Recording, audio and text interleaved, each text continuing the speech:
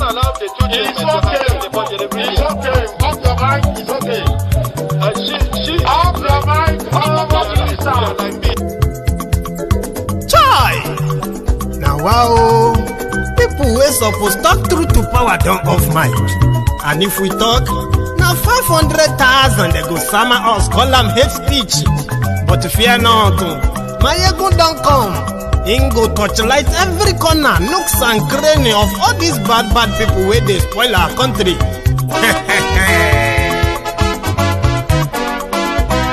So my people make we laugh, oh, yo. My ego don't come, oh, yo. My people make we shout, oh, yo. My ego don't come, oh, yo. My ego don't come, man of the masses, oh, yo. My ego don't come, oh, yo. My ego diary politico, yo. My ego don't come, oh, yo. This one not the off in mind, oh, yo. My ego don't come, oh, yo. And in the touchlight every corner, oh, yo. My ego don't come, oh, yo. Okay, some people be they holla say they want the power. Chai, them be promise us say we go get light and power. Them hustle sote they can't get the power. But now they know they do anything with the power. Every day, dollar just they get the higher power over naira. Still them talk say make we off mind. But thank God say my ego don't come. So my people make you lie down, yo yo. My ego don't come, oh yo yo. My people make we shout, oh yo yo. My ego don't come, oh yo yo. My ego don't come, man of the masses, oh yo yo. My ego don't come, oh yo yo. My ego diary politico, oh yo yo. My ego don't come, oh yo yo. This one not they off in mind, oh yo yo.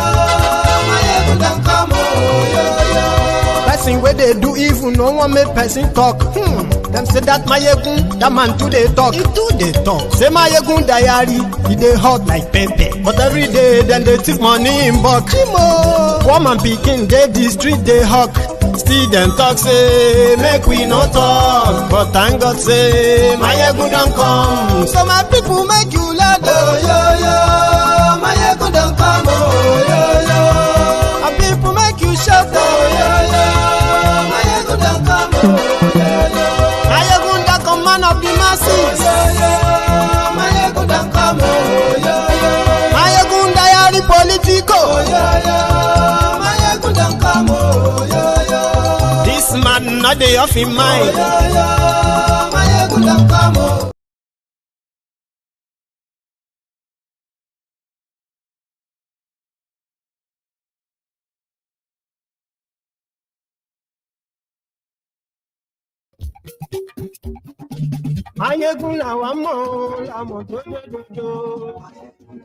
Hello there.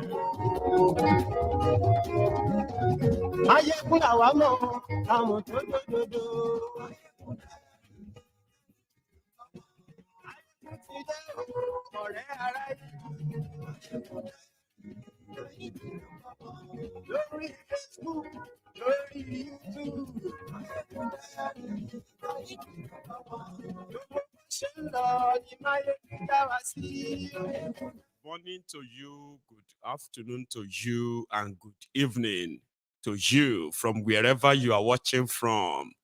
It is Mayegun Live.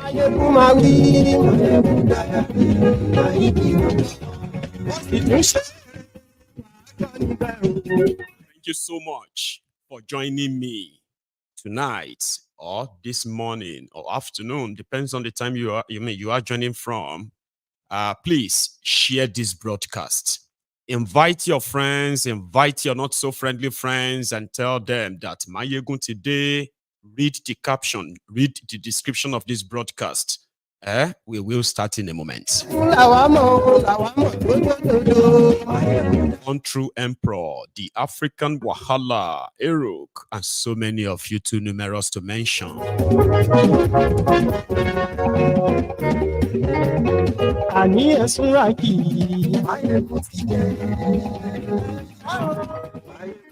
Naira is gaining strength But there is a story behind this that I want to share with you. So please share the broadcast.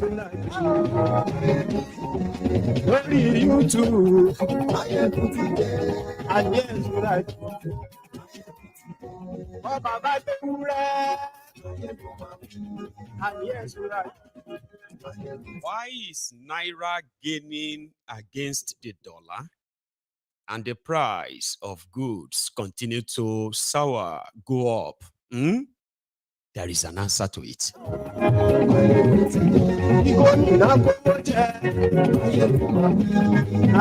It is going to be the People's Parliament, ladies and gentlemen. Brethren, if you want to be part of this tonight, there is a link in this description. Use it when the time comes.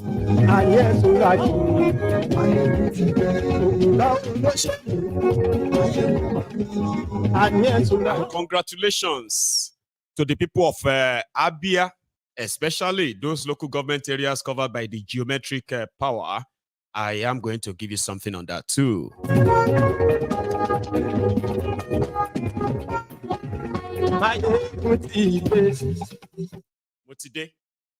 So good morning to you once again. Good afternoon to you and good evening to you. From wherever you are joining us from. It is Mayegun Live. It is also the People's Parliament. You.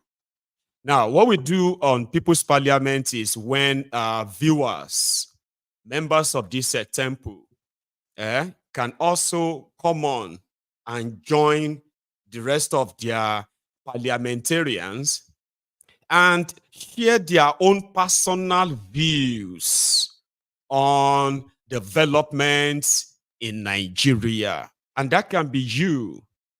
We've not been really successful in bringing on the Buhari idiots. Some of them who have now metamorphosed into bat idiots. The link is public. Don't be a keypad warrior. Okay? And join us. Use the link. Tell us what we don't know. Come and face us here and say possibly things you would normally like to type. And that is what makes this interesting. While we wait for others to join us tonight, Mayegun will be taking us through, indeed, a bit of a catch-up, okay? Preparing us, all of you, to possibly get in the mood of joining us tonight. So it is called the People's Parliament, and you are invited. So let's start with this. In the last 24 hours, the Nigerian Naira has managed to gain against the dollars and other forex. However, for those who probably have an idea of how economy really works, not the voodoo economy, you will be able to see through the lies and the voodoo-ness, the juju economy, tifnumbunomics in all of this. I will do my best, to the best of my own understanding, to explain to you.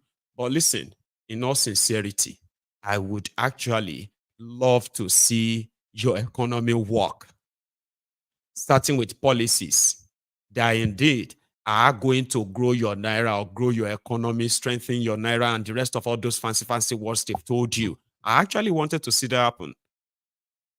But the reason why it will never happen is because those who are doing it are completely dishonest people. And they found a fertile land, which is that of Nigeria, where they could get away with this or get away with a lot of economic terrorism perpetrated by them.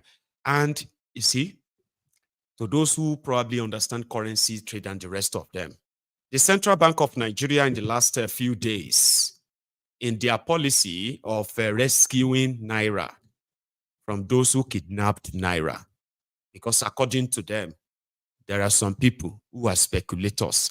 They were the ones who were just jacking up the exchange rate and therefore affecting everything else.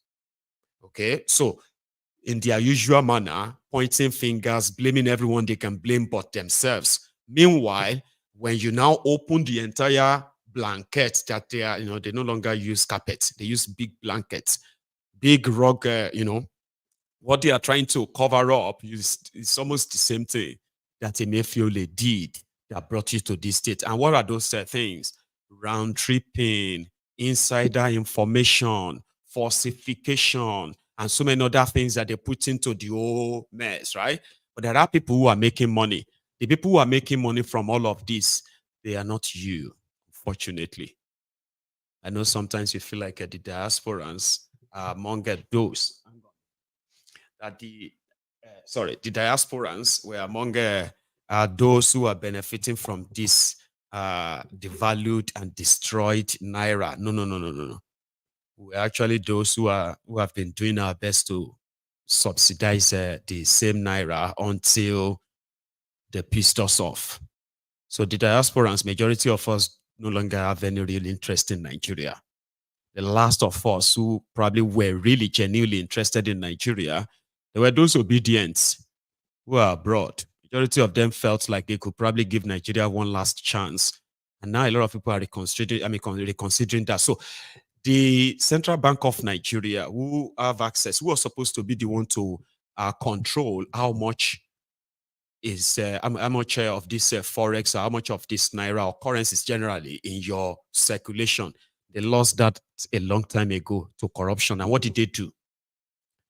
They had banks, and their law says the central bank, which is the bankers' bank, will be keeping the resources, part of the resources of these banks by issuing them the license and all that. Then, years ago, they decided to create, in the corrupt way, to create the BDC that wasn't like what you have today, where you have money banks or money markets and all those things.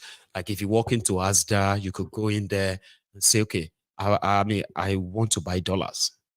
Yeah, you could do that anywhere in the world. Okay. But the system that operates them is kind of, a little bit segmented. How? Chain stores were kind of operating their own money market, which is more like your own bureau de change in Nigeria. But in Nigeria, it's a different ball game. So when this happened, it was during the time when these criminal northern rogues were in power.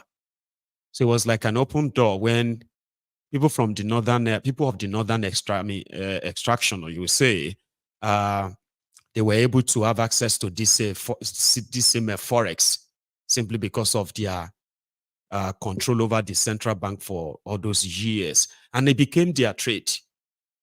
Now it got so bad that it became so lucrative that they became the major speculator who actually controls more of those cards.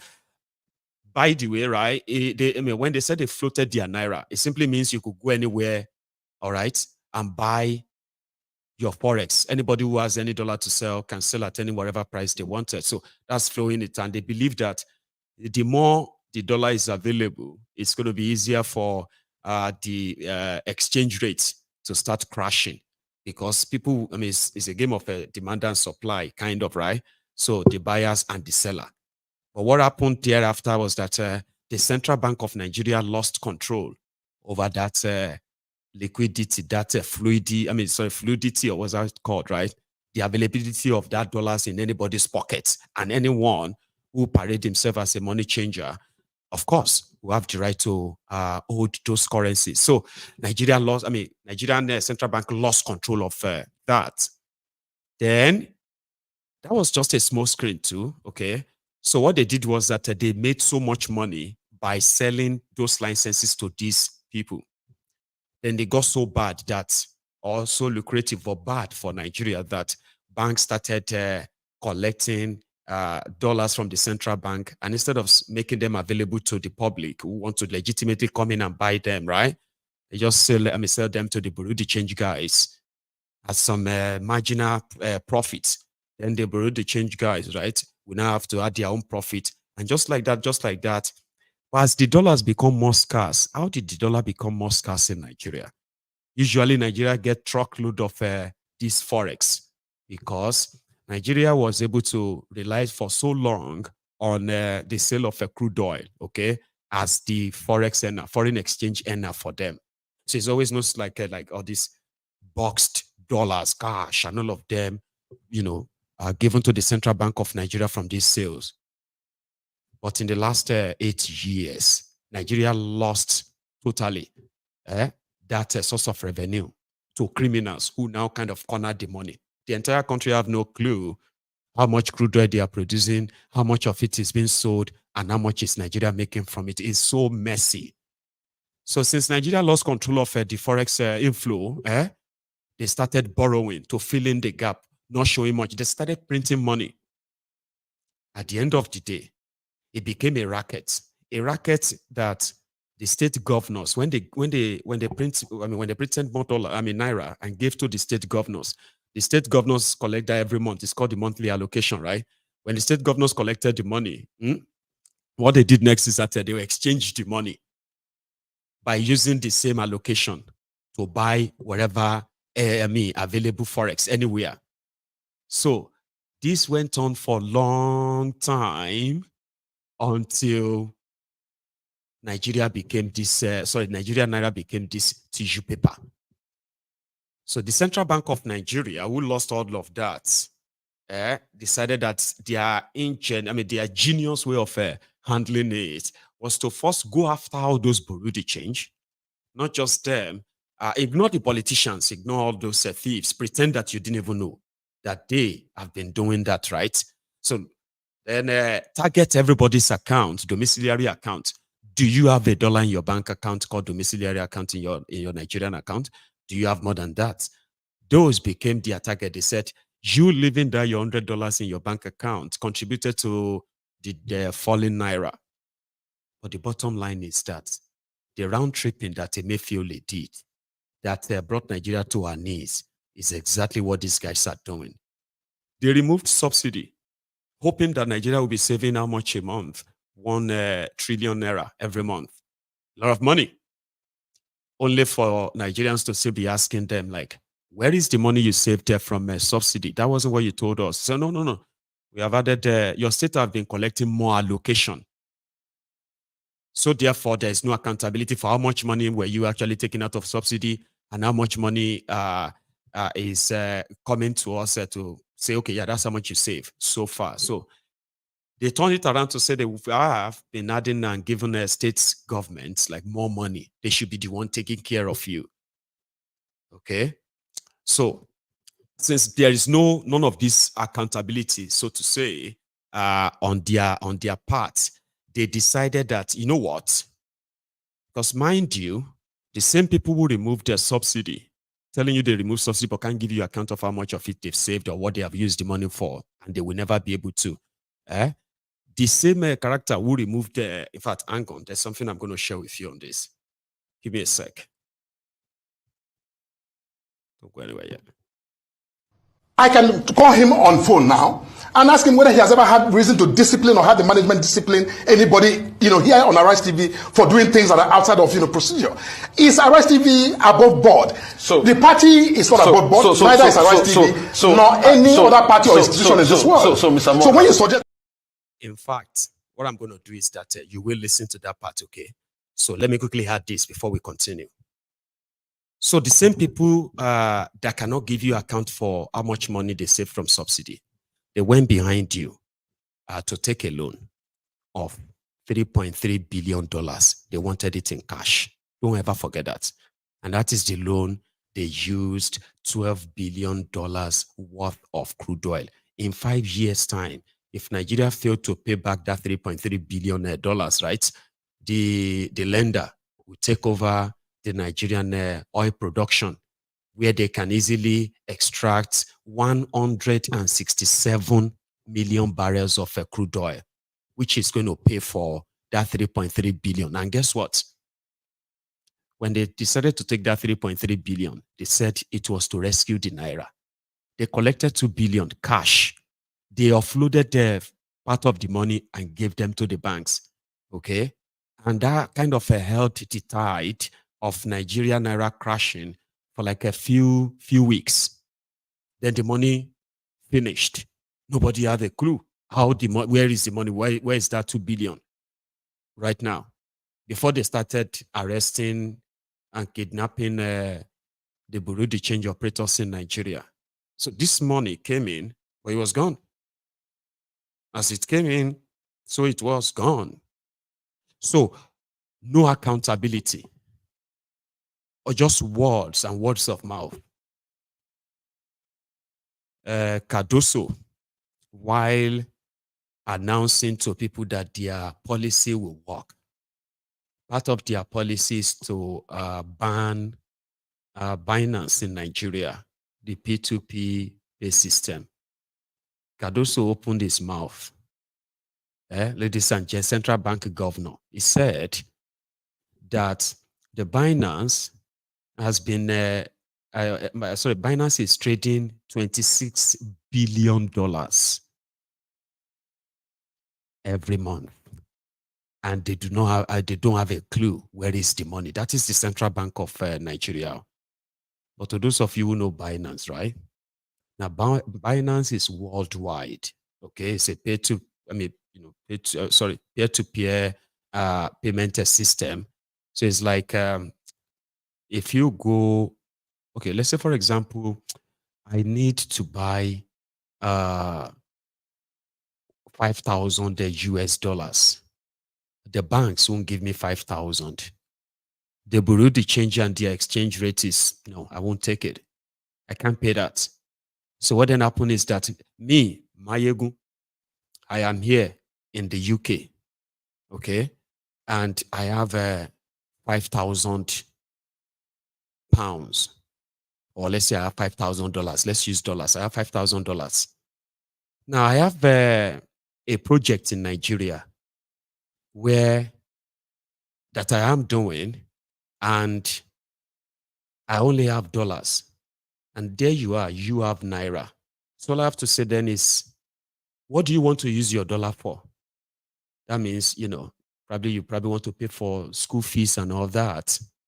So what happened is, I can help you pay that $5,000 to that school through that Binance there, right? So, but if we agree on how much I'm going to sell you the dollars, so what then happened is that you see that $5,000 is not coming to Nigeria. But you see, the equivalent of that $5,000, I may say, oh, I'm going to have to sell my Binance will be like the rate and demand and supply for today, the exchange is going to be 1,400 Naira to $1. So if I'm comfortable selling it at 1,400 Naira to $1, and you being paid, who wants to pay for a school fee? Who wants to pay a tuition in America, right? All I have to do is just assure you, see that you have the equivalent of my dollars, and I can tell that dollars, I can then just give it to somebody who wants to use it in Nigeria for me. And I can also help you give your $5,000 to your school. And all of this will be done by just clicks to show that, okay, I'm selling it for this amount. I want it for this amount. And then you pay me and I transfer your money to where it should be. And the deal is done. In Nigeria, they said that Nigeria, the entire payment system of Nigeria, who uses Binance as their P2P, P2P payment system. They said the total trade or trading on that website coming from Nigeria is put at $1.5 million a day. And listen, that doesn't mean that the $1.5 million is being boxed and being given to somebody in Nigeria.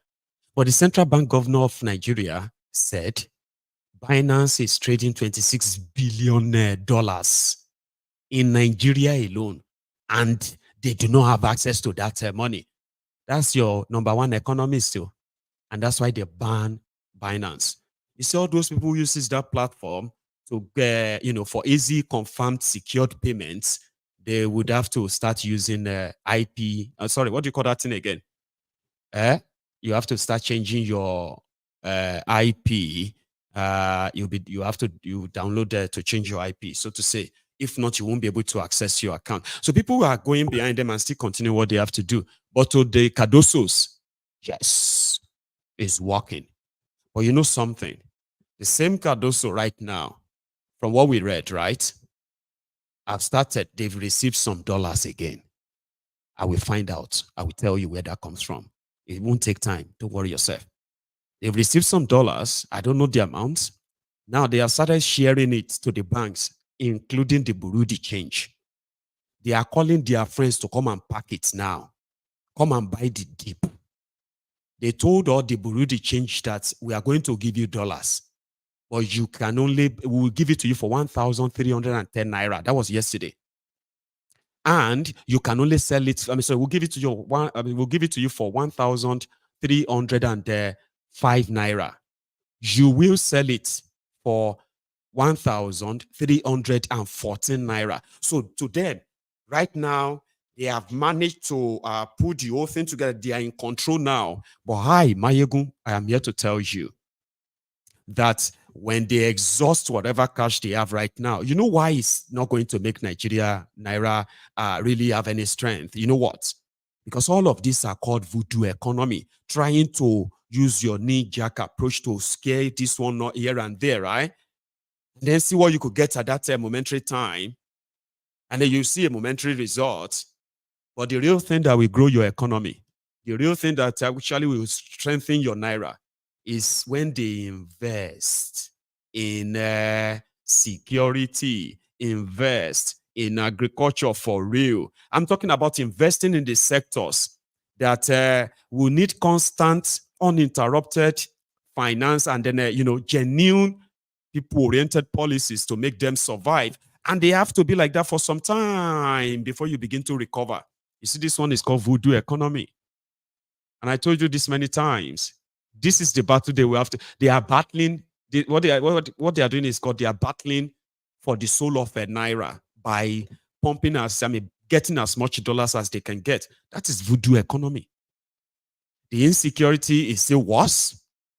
Farmers can't go to their farms. Electricity is almost comatose right now, as you should know. As you know yourself, right? The manufacturing sectors. The manufacturing sector, rather, the one that is supposed to be the highest employer of labor, majority of them are packing and leaving Nigeria. And somebody says, since dollars is coming down from 1,008 to 1,004, Tinubu is working. That is voodoo economy. I'll leave you to it. So talking about electricity, well, I'll play the video for you now. So an encounter between between Hosseini Rufai and the APC, Egbekegbe spokesperson, when Rufai told him that APC stinks, APC Mbah, God take him personal. Do you think you are above board? Do you think you are above the law? Do you think you can just say anything? This was what went down. I can call him on phone now and ask him whether he has ever had reason to discipline or had the management discipline anybody, here on Arise TV for doing things that are outside of, procedure. Is Arise TV above board? So the party is not above board. Neither is Arise TV, nor any other party or institution in this world. So when you suggest that the APC stinks because somebody, I'm coming, somebody without conclusive evidence, without investigation, without any report or finding, or even prosecution or a finding of guilt, the party stinks. I take strong exception to that. So, Mr. Moka, that's unfair and it's wrong. Your job is to take strong exceptions to it when I say the party stinks. I, as a journalist, is to constantly tell you, hang on a minute, let me finish. You can justify. As a journalist, when you say that, you must justify. You don't just throw words around Mr. Moka, and expect it to stick. Mr. Moka, you shouldn't. Let me speak. That's not the standard of journalism. I, as a journalist, I am to constantly tell you your party stinks, and I'm giving you facts. Take, for instance, give the facts and leave that opinion. That's your personal opinion. Okay, so and it's irrelevant to anybody. So hang on a minute. Irrelevant. The culture minister. Yes. The case of the culture minister. Yes. That didn't get NYSC, went through your screening process from the government of your party again, and nothing was done about it, and now she serves like nothing happened. What about it? What's your point? So that's not wrong for an NYSC member to hold a ministerial position? Rufai, it's not wrong? Listen, Rufai. It's not wrong? Rufai. Yes. You want to have that conversation? I want to have it with you. You want to have the conversation? Yes. So what is your question about that? So my question is it right that somebody that is supposed to be serving the NYSC served as minister in this country and nothing was done about it? Is it not against the NYSC laws that say you must not serve in any other place as an NYSC member?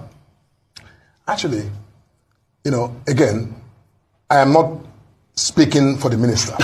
No, hang on. But she's in your party. No, why you? No, listen. You ask a question, then let me answer it. Yes. And you don't guide me as to how I answer a question you have asked. The minister is a minister of the Federal Republic appointed by an APC-led government. At the time of her appointment, as I understand it, this minister was serving as a national youth corper. Rufai, youth corpers in Nigeria, do you know, have you ever heard of any youth corper who is assigned to serve with the government or any institution of the government? Have you? Why do you ask this question like it's such a strange phenomenon? So it's not a big deal. No, hang on. So Rufai, you wanted an answer. Let me answer you, please. This minister was already registered and was in the process of service at the time she was appointed minister. Youth corpers serve with the Central Bank of Nigeria. Youth corpers are legitimate federal, youth who are serving, who by statute, who have a mandatory, year of service. They are deployable to. Please, I must finish this. When you finish, yes, I must finish. Yeah. They are deployable to any institution, including the presidency, including the ministry. So a primary assignment was the Ministry of Culture. If the president decided to take a youth corper today, because of whatever reason, in his prerogative as president, to appoint that person to any office, the president has the authority to do so, and that individual already is in the frame of service to the country. So the only difference is they didn't discover when your ministerial screening went on that she was doing this. Now you are moving a different point. So that's part of the rest this matter. That's not a valid point. Politician. So Rufai may not know, you cannot catch a politician red-handed, and that is why they kind of love to use question to answer questions. When you ask them something, like, come on, the law says as a National Youth Service Corps, you must do it before you take up an employment, like on a permanent basis. So it's called primary assignment, the place of primary assignment. But a minister of the Federal Republic is not somebody who is coming to come and serve a place of assignment for 1 year. A youth corper will serve a year, okay, and then could get retained and all of that stuff. So what the politician is saying there is that, but the law says you can't be a youth corper and at the same time take up employment. Here you can't take up appointment, you can't take up employment that way. You just have to why am I even quoting your law? A lawless company? You cannot catch a politician red-handed, okay? And that is why if you really want to get them, it's a tough job, to get a politician to, even though the Nigerian politicians are much like a duplicious, like they are more evil-minded way that they don't really care. Do you understand? I saw a video of one of them, Jimo Ibrahim, the guy that ran down the Nikon Nigeria hotel. So he's a senator and he wants to be the governor of Ondo. And at a point when they were asking that, when they're telling him that, oh, the people are so angry that the government is wasting this, he wants to buy a yacht and all that, he was defending that. There's nothing wrong in that. This country is blah, blah, blah, blah. Then one day, it was at the same studio, and they were asking him similar question again. And okay, I think the last time he condemned people who were criticizing Tinubu, that instead of criticizing him, they should give him ideas on how to run the country. They can ask Mr. Jimo Ibrahim, okay, will you give, you are the member of Tinubu's party. Would you give Tinubu ideas on how to fix Nigeria? Jimo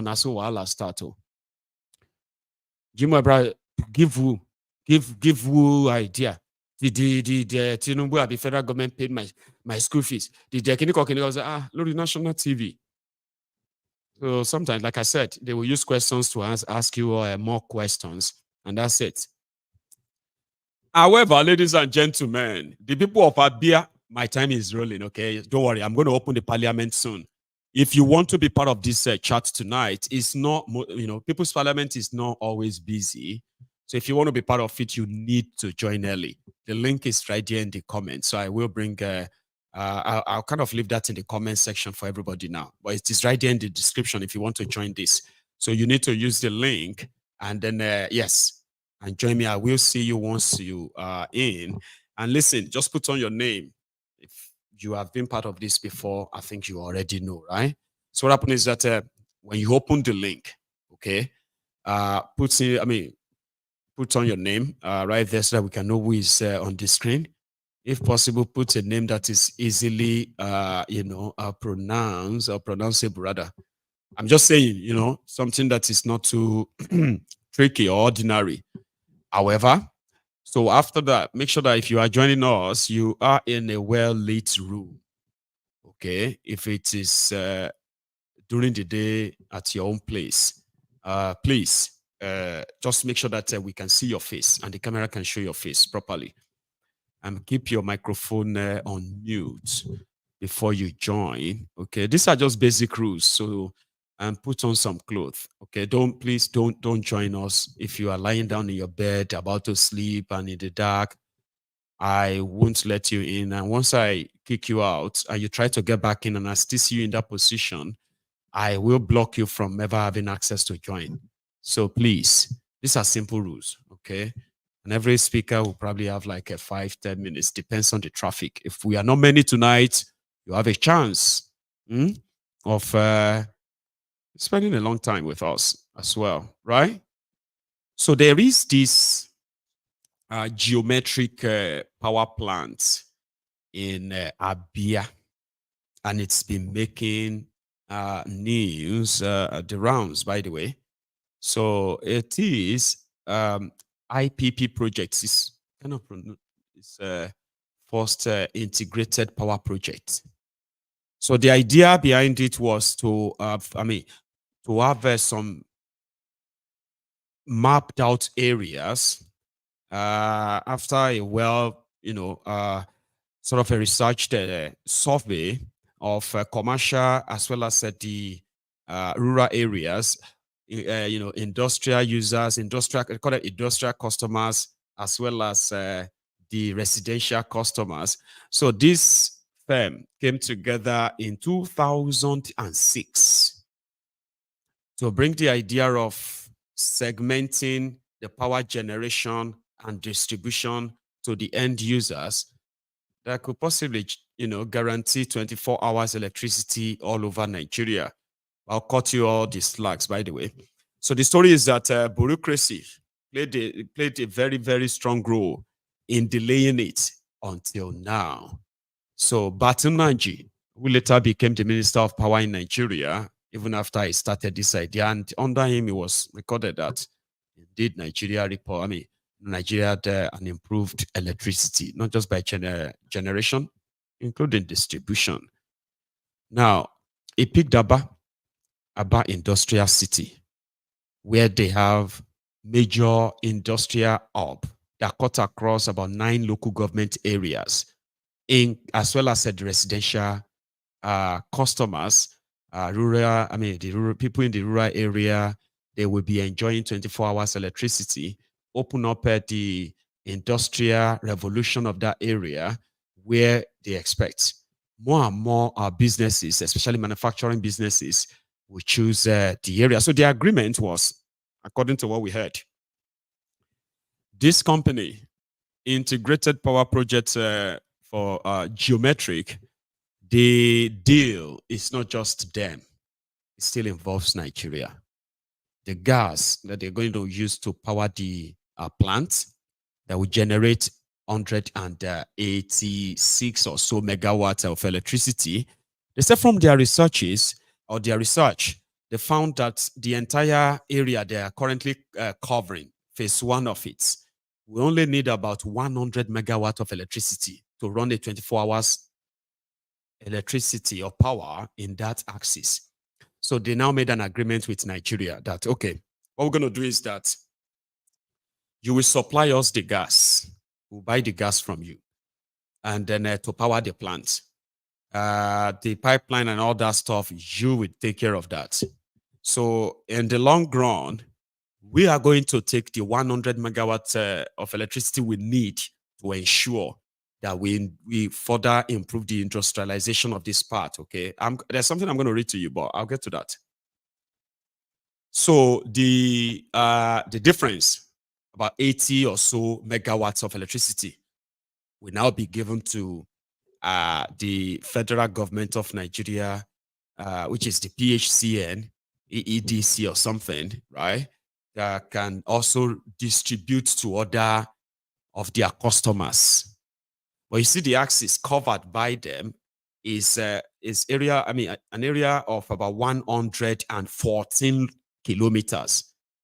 So what that means is that it's going to cover about 9 local government areas, amongst so many other communities like that. All of them, they will all have 24 hours electricity.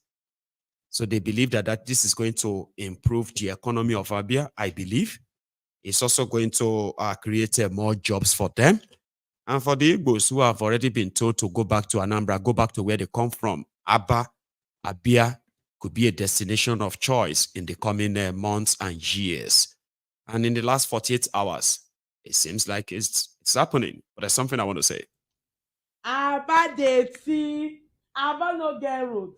Everywhere dirty, everywhere pothole. Their road no good. Yeah. Now, how far? How far? Over hi. Good government sweet. Better governor sweet. Good government dey sweet. It dey choke. Yes, nah. Now, people don't they rush Aba. Everybody now they rush. Everybody want to come buy land. Everybody wants to buy land. Why now? You don't want to buy land for Aba dirty. Why now? Why now? Hey! Get you a governor like Alex Otti. Omo, this man na Messiah. This man na everything they call Messiah. See Aba. See Aba. See Aba. Before they go say if you bend down, you go see Aba. Now if you stand, you go see Aba. Hey, what a good time to be from Abia State. What a good time to be an Abia girl. What a good time. What a good time. Una peleo. I know the feelings. Now, a lot of people will be jealous because what happened is that this has now triggered a lot of conversation. Just like she said, 24 years of people destroying people. PDP in charge of Abia State. Chai. No wonder when Alex Otti started doing the roads and all of that, some people were like, Shina road, they make this one, these people, they feel special. 24 years of democracy, there is no government in Abia State. Just some career criminals who made a kill and destroyed the people. Their governor used to share kerosene in a bottle. Their governor will bring, when election is coming, will bring kerosene, kerosene in a tank, tanker, and he will start distributing kerosene. He told them he was constructing a bridge. So people were now like, why is it taking forever to complete this bridge? We just want the governor to tell us when he's going to complete the bridge. Well, we don't understand why he's, waiting Ikweazu tell the caller on that radio program. Ikweazu was like, what's your business with the bridge? Were you the one who thought of building a bridge? What's your business? What's your concern with when I'm going to complete the bridge? See this caller, he may not even have a cow. He's complaining about bridge. That was what their governor told them. You understand? So now that the Abians have something to actually really hope on, something real, something you can touch, something you can say, wow. So people are going to be coming to us now. All these shops are going to be running 24 hours electricity. Really?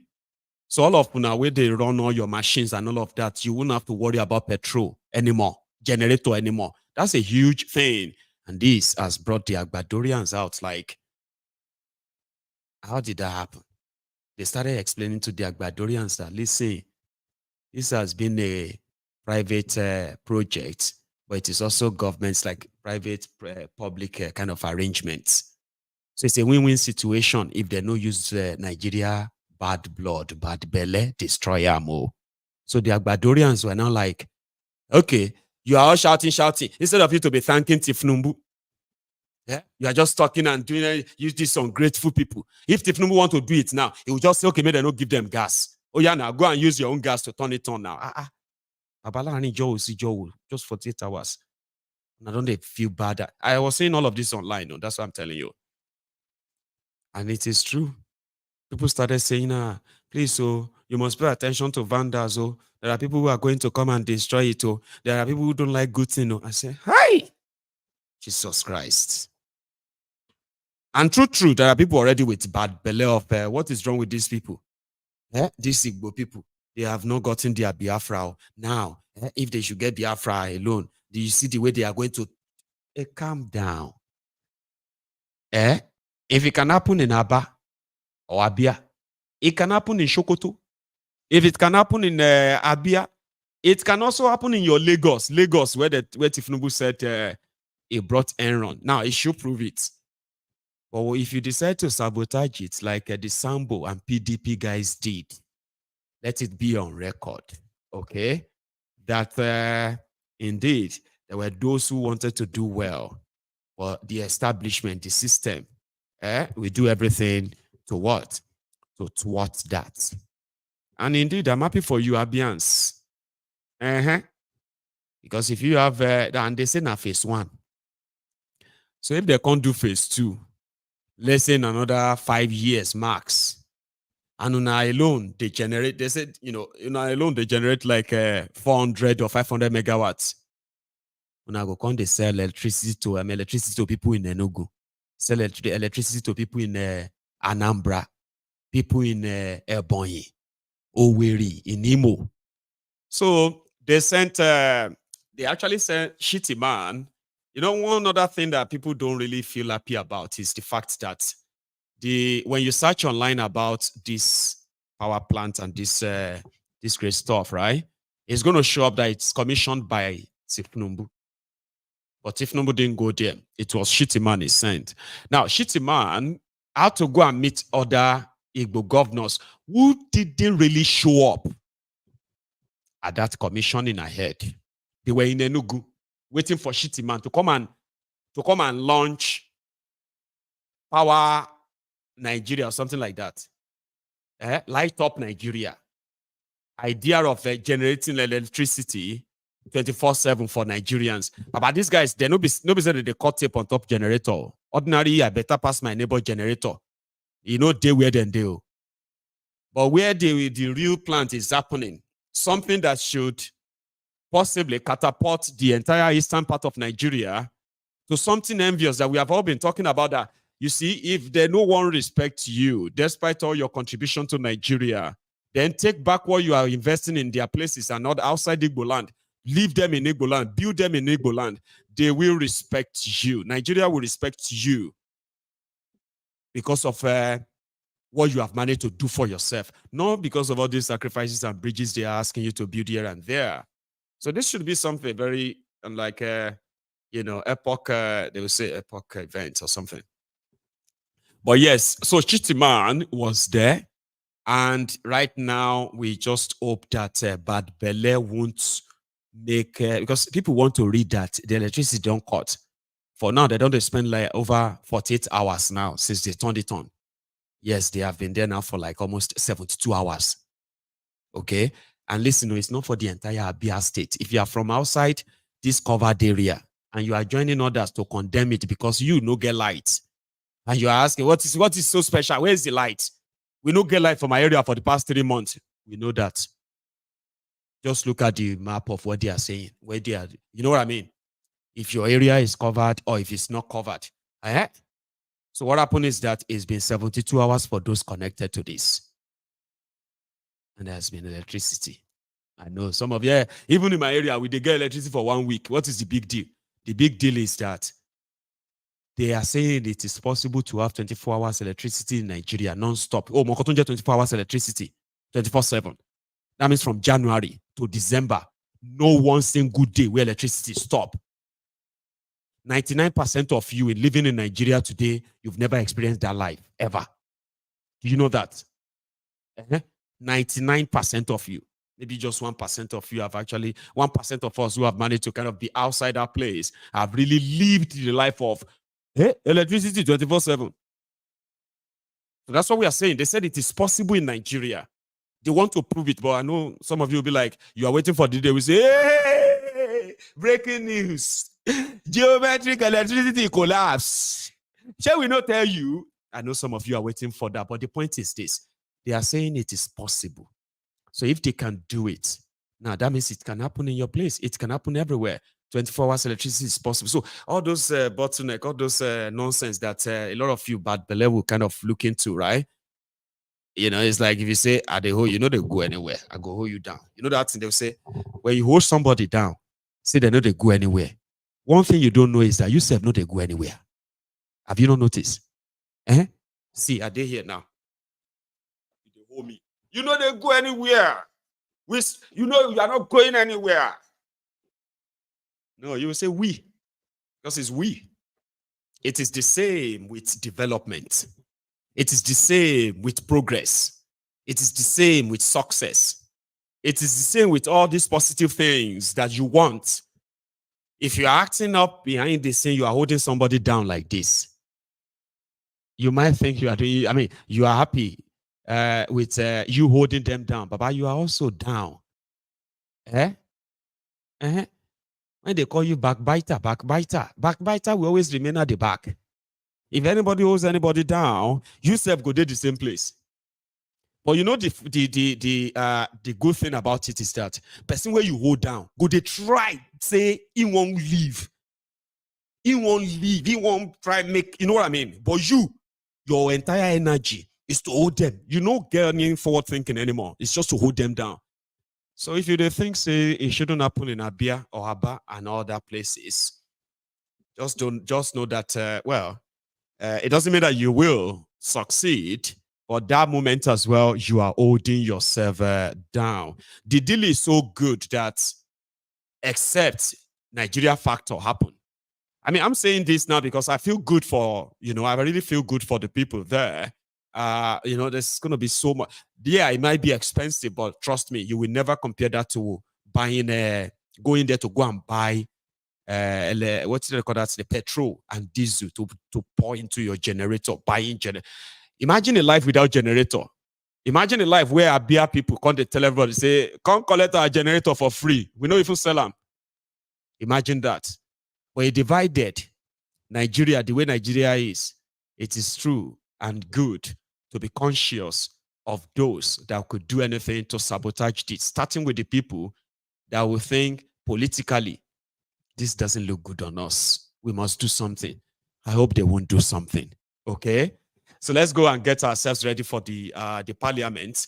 Now, at this point, if you want to be part of this parliament tonight, okay, all you have to do, don't worry, I'll go bring the link straight to the comment section, okay? All you have to do is use the link, okay? And if you are joining me, please remember those simple rules, all right? Please make sure that you are not in a room that is dark. You are not, on your bed without clothing. Please respect all of that, okay? Now, apart from that, I think we are good to go. So here, I'm going to leave that in the comments. And if you are interested in joining us live, then use it. So when I come back, I will admit those who have shown interest. And yes.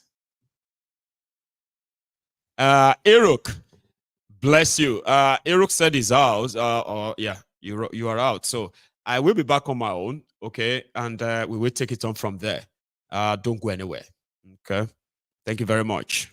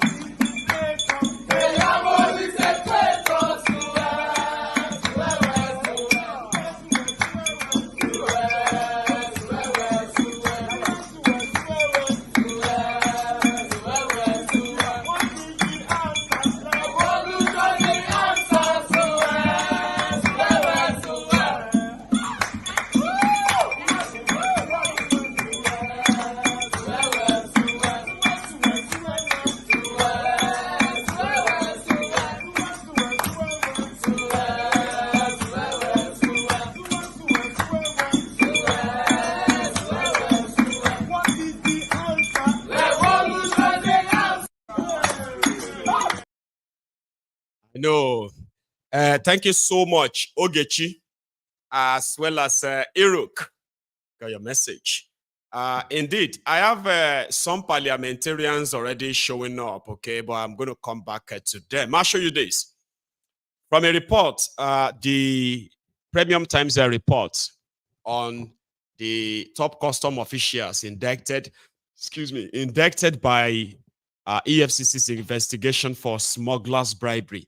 Now, these are supposed to be those who are in charge of Nigeria border, all right? So customs officials. And from their investigation, this is how much money. God damn it, man. 12 billion naira. How much money that were paid to them as bribes to look away or look the other way. God knows what those people, smugglers, brought into Nigeria.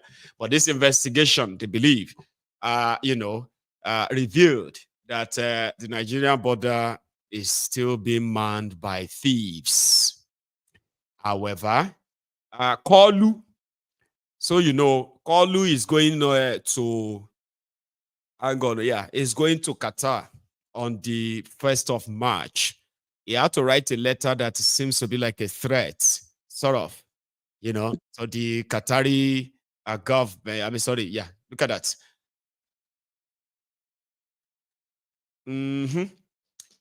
So that was Tinubu's, I believe, Tinubu's letter, where he insisted that he want to come to Qatar. Say, I want to come to Qatar with his 2 sons and others. And they then put out what they call the supposed, itinerary.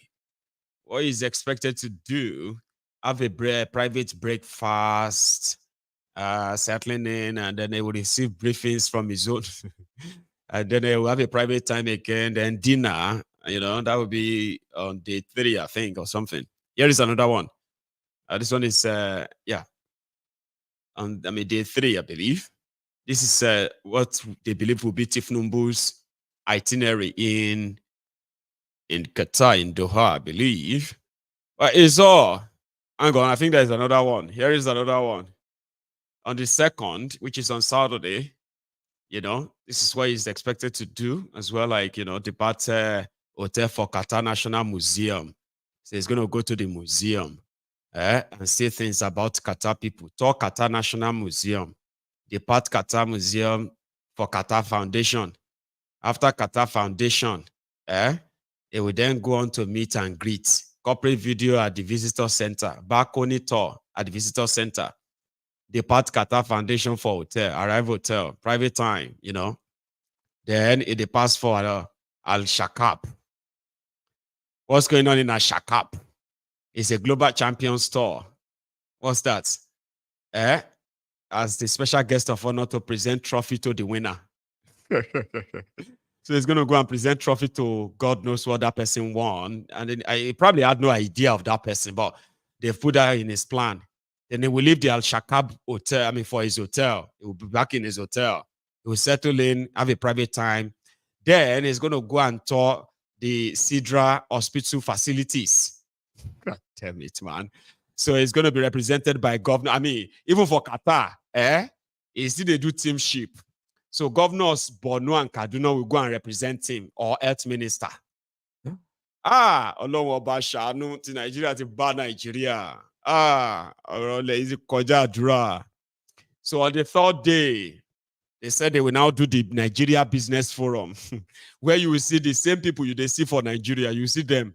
They will be the one in that picture and video, right? They will be talking about business forum. I say, Una left Abuja. You left Abuja, come Qatar, come they do meeting here. And then NTA, everybody, they record them. After they meet, those people, they will now go and grand press interview. If he be the governor of Borno, if he be governor of Kaduna, now all of them come from Nigeria. That will now say, our meeting with, the meeting Mr. President had with the investors today was a great meeting. We discussed a lot of things. Mr. President told them, I said, Olori Brukuni, not be the same people who left Nigeria be this. Now can't they do meeting? The Nigerians, when they wait for them, say that they bring change. They are bringing development. Concord to say, God, when? Anyway, my parliamentarians, I have like 1 or 2 of you who seems ready. I want to quickly call all of you's attention to say we will start in a minute. And I'm just going to deal with those who kind of appear ready, all right, until others will join us. Remember, stay in a lit, well-lit room. Let the camera be on your face so that you too can see your face and say, okay, yeah, that frame, put yourself in that frame, okay? And People's Parliament is all about what you want to say. I don't know what you want to say, and it doesn't even have to be what I have been saying. It's your personal opinion and personal view that you would love to share with us. Okay? So thank you so much, everyone. We are going to start in a minute. So I'm going to clear the first two. The first two who are really, really ready. Dear parliamentarians, thank you so much for joining me. And what happened is this, give me a sec. I'm going to put this right so that we can build it by our size, like that. So what happened is that Samib, you have been the first person who actually came through. And that's why I'm glad that you heard my voice and you came back to the camera. Okay, so you are going to go first. Then I'm going to go to Chukuma Okoye. So the rules of the People's Parliament is very easy, okay? This is a free space. It's a space where you can say to my face, okay, that you disagree with me on this or on that, okay?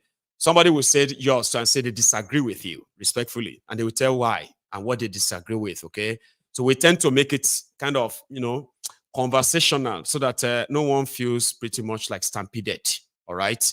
So you respect other people's views and they will respect yours as well, okay? And that's how we roll. And then we wait for others to join us. It can be busy. Sometimes it can't. But I wish it's not going to be too busy so we can enjoy it more. Or whichever way it goes, we will kick it off now. So, Samib, you will be my first parliamentarian tonight. Usually you have 5 minutes. But for any reason, if I interrupt you or decide to kind of engage you based on the points you are raising, you could get yourself an extra 2 minutes, an extension. However, if I raise my hand like that, I don't even have to be like that. It could just be like, this is me trying to say, begin to round it up, you have less than a minute. You understand that? So by that time, you can easily bring them closer and be like, So yeah, let's get it on. Others, sorry, I've got others there waiting as well. Please, you need to be behind the camera before I put you on, all right? So, but let's go with the first early callers. Samib, please. Yeah. Thank you very much. Good evening. I've been doing a great job. Can you hear me? Yes, loud and clear. We can. We can hear you. Continue. So you have been doing a great job. I have been following you now for the past 1 year, right? Yeah. For more than 1 year now, I've been following your channel, and you are very bold, and you've been saying the truth. You've been saying things as they are, and then you got this, great narrative, prowess. Really, you could tell the stories like you are teaching history in class, which is very, very good. And I want people to really emulate that. Yeah, so there are many things, there are many problems in Nigeria that sometimes it's not easy to keep up with those things, keep on hearing those things every day. It's really depressing, to be honest. I've been following Nigeria's um, issues, history since childhood. Been following all those elections, presidential elections, parliamentary, legislative elections, and the rest of them. Yeah, so yes, you are doing a good job. Some issues tonight that I would just like to talk about. There are so many things to say really about Nigeria. I've been talking about Nigeria for the past 20 years, all the problems of Nigeria. Now, regarding geometrics, um, geometric power plant, Jonathan, when he was in power, was in the university then, he appointed Bat Energy, to be the minister of power. So Bat has a stake in geometrics power plant, and then he was was a professor in UNN. So then we are very happy that someone from UNN was given that opportunity to serve Nigeria. Yeah, he was doing well. The appointment, I would presume, was based on the fact that he had a background in power, right? Power production, distribution, supply, and the rest of them. Now, he wanted to privatize the power sector, which he did, you know, but he didn't do it the way he wanted. The powers that be didn't allow him, really. Um, the distribution company in Enugu, because they split the um, NEPA or whatever they later called it, Yeah. Power Holding Corporation of Nigeria, or wherever. They sort of balkanized it, into generation companies, distribution companies, and the rest of them. So the Enugu distribution company, Geometric, wanted to buy it. In fact, they were the most qualified to buy the Enugu distribution company. But shockingly and conventionally in Nigeria, they didn't buy it because, of course, the rulers of Nigeria, they have no intention of giving Nigerians power supply. In fact, one of the state policies in Nigeria, there are so many, is to keep Nigerians in darkness. You know, you cannot tell me that a country for more than 60 years cannot produce 24-hour electricity, which is very simple. Benin Republic, Togo, and the rest of them, they have more stable power supply than Nigeria. So he was Geometric was supposed to buy the Enugu distribution company, but they didn't give it to him. In fact, he was asked to resign. He resigned. They brought in Professor Chinedu Nebo, who had no clue about power. Because the powers that be, Babangida and the rest of them, they didn't want Geometric to come there. They later sold it to a company that was being represented by a Ofo. The rest is history. Enugu Distribution Company is just like any other distribution company distributing darkness. Had Geometric succeeded in buying the Enugu Distribution Company, by now the story would be different in the southeast. So it's the same Geometric that is powering the Aba metropolitan areas. So that's the problem of Nigeria. And the next question now, will will they allow it, continue? Will they sustain it? Which I doubt because we lack infrastructure in Nigeria. There are so many factors, of course, that will conspire, to maybe try to stymie all these efforts. But we hope the people of Aba will be able to enjoy 24-hour power supply for some time. Of course, Nigeria has gross infrastructural deficit, so I don't think that will last. To be very, very honest, there are so many issues in Nigeria, really, regarding the issue, the Rufai interview, with this Felix Moka. I think if we have 10 journalists in Nigeria that have Rufai's, confidence, Rufai's guts, Rufai's boldness, I think people may begin to sit up, really. But it appears like he's the lone voice in the wilderness, really. And what he's doing just goes to show that when you want to do the right thing, when you want to be outspoken, you could do it and nothing will happen. The heavens will not fall.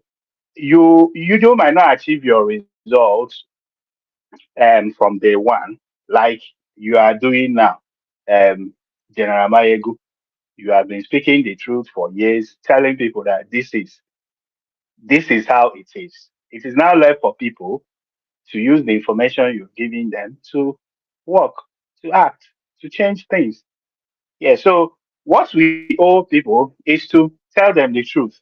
This is how it is. And they will now use their tongue to count their teeth. So they have borrowed money, they'll keep on borrowing money, and they will keep on retrieving the money.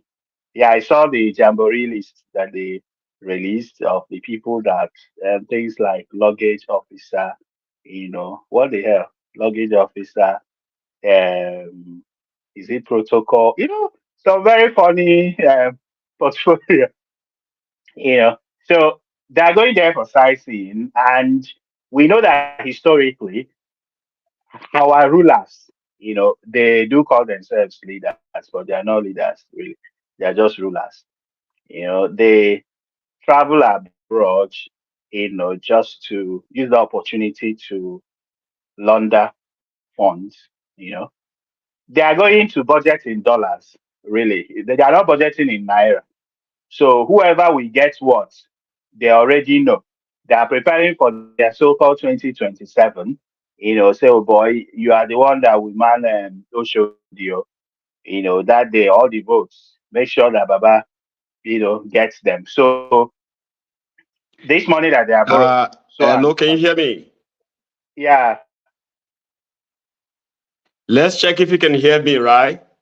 Something just happened yes. and it affected and it truncated our entire connection and all that. So what I'm doing right now is bringing that back as quick as possible. So we're going to be back. Everyone who is still pretty much watching us, I am going to bring us back in a minute, okay? And we can continue this. I am so sorry that this actually had to happen midway, okay?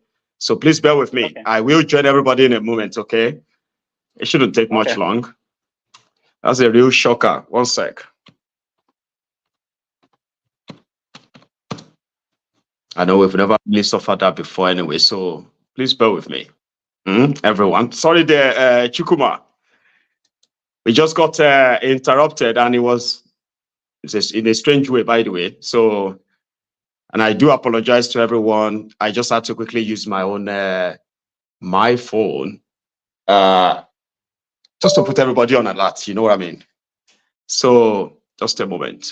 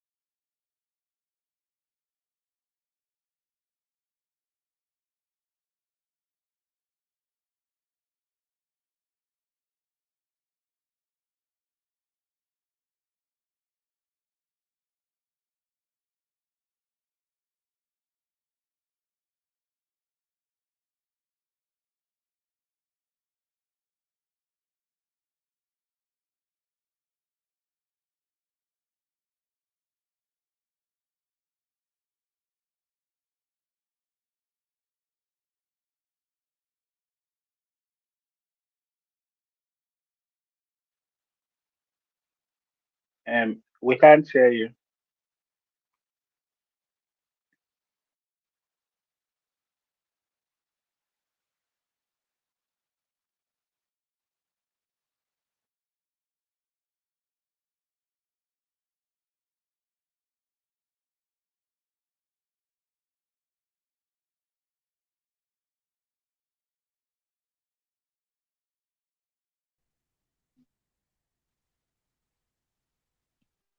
I can't hear anything.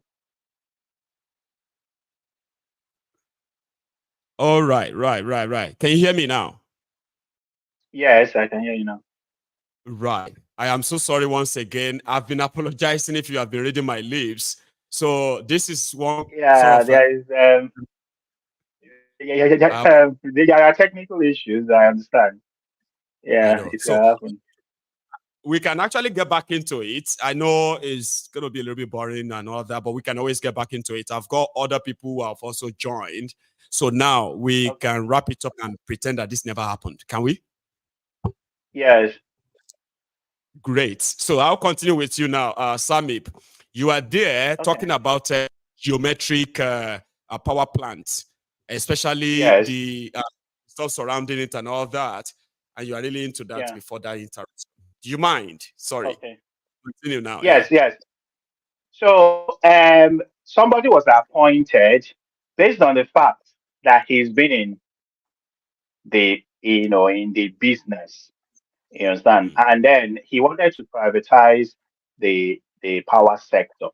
then he faced a lot of backlashes, really. I remember then it was really tough for him.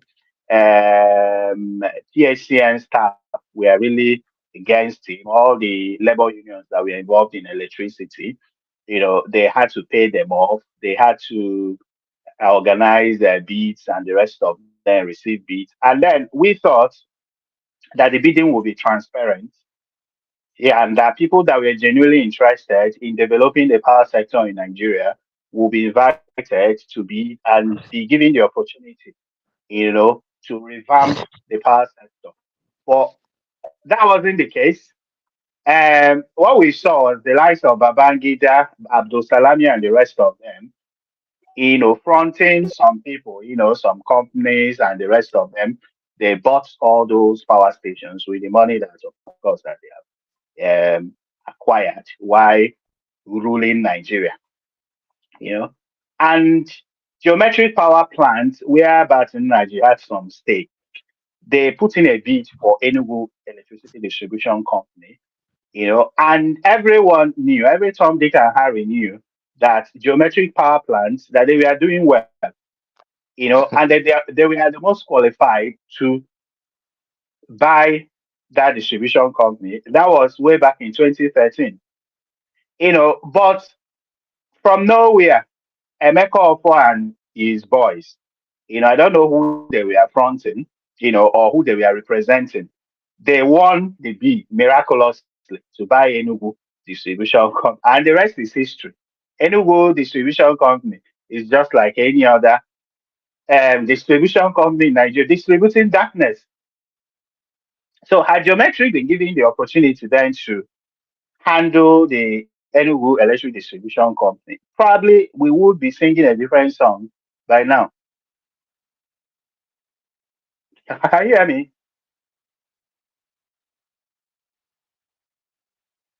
Hello?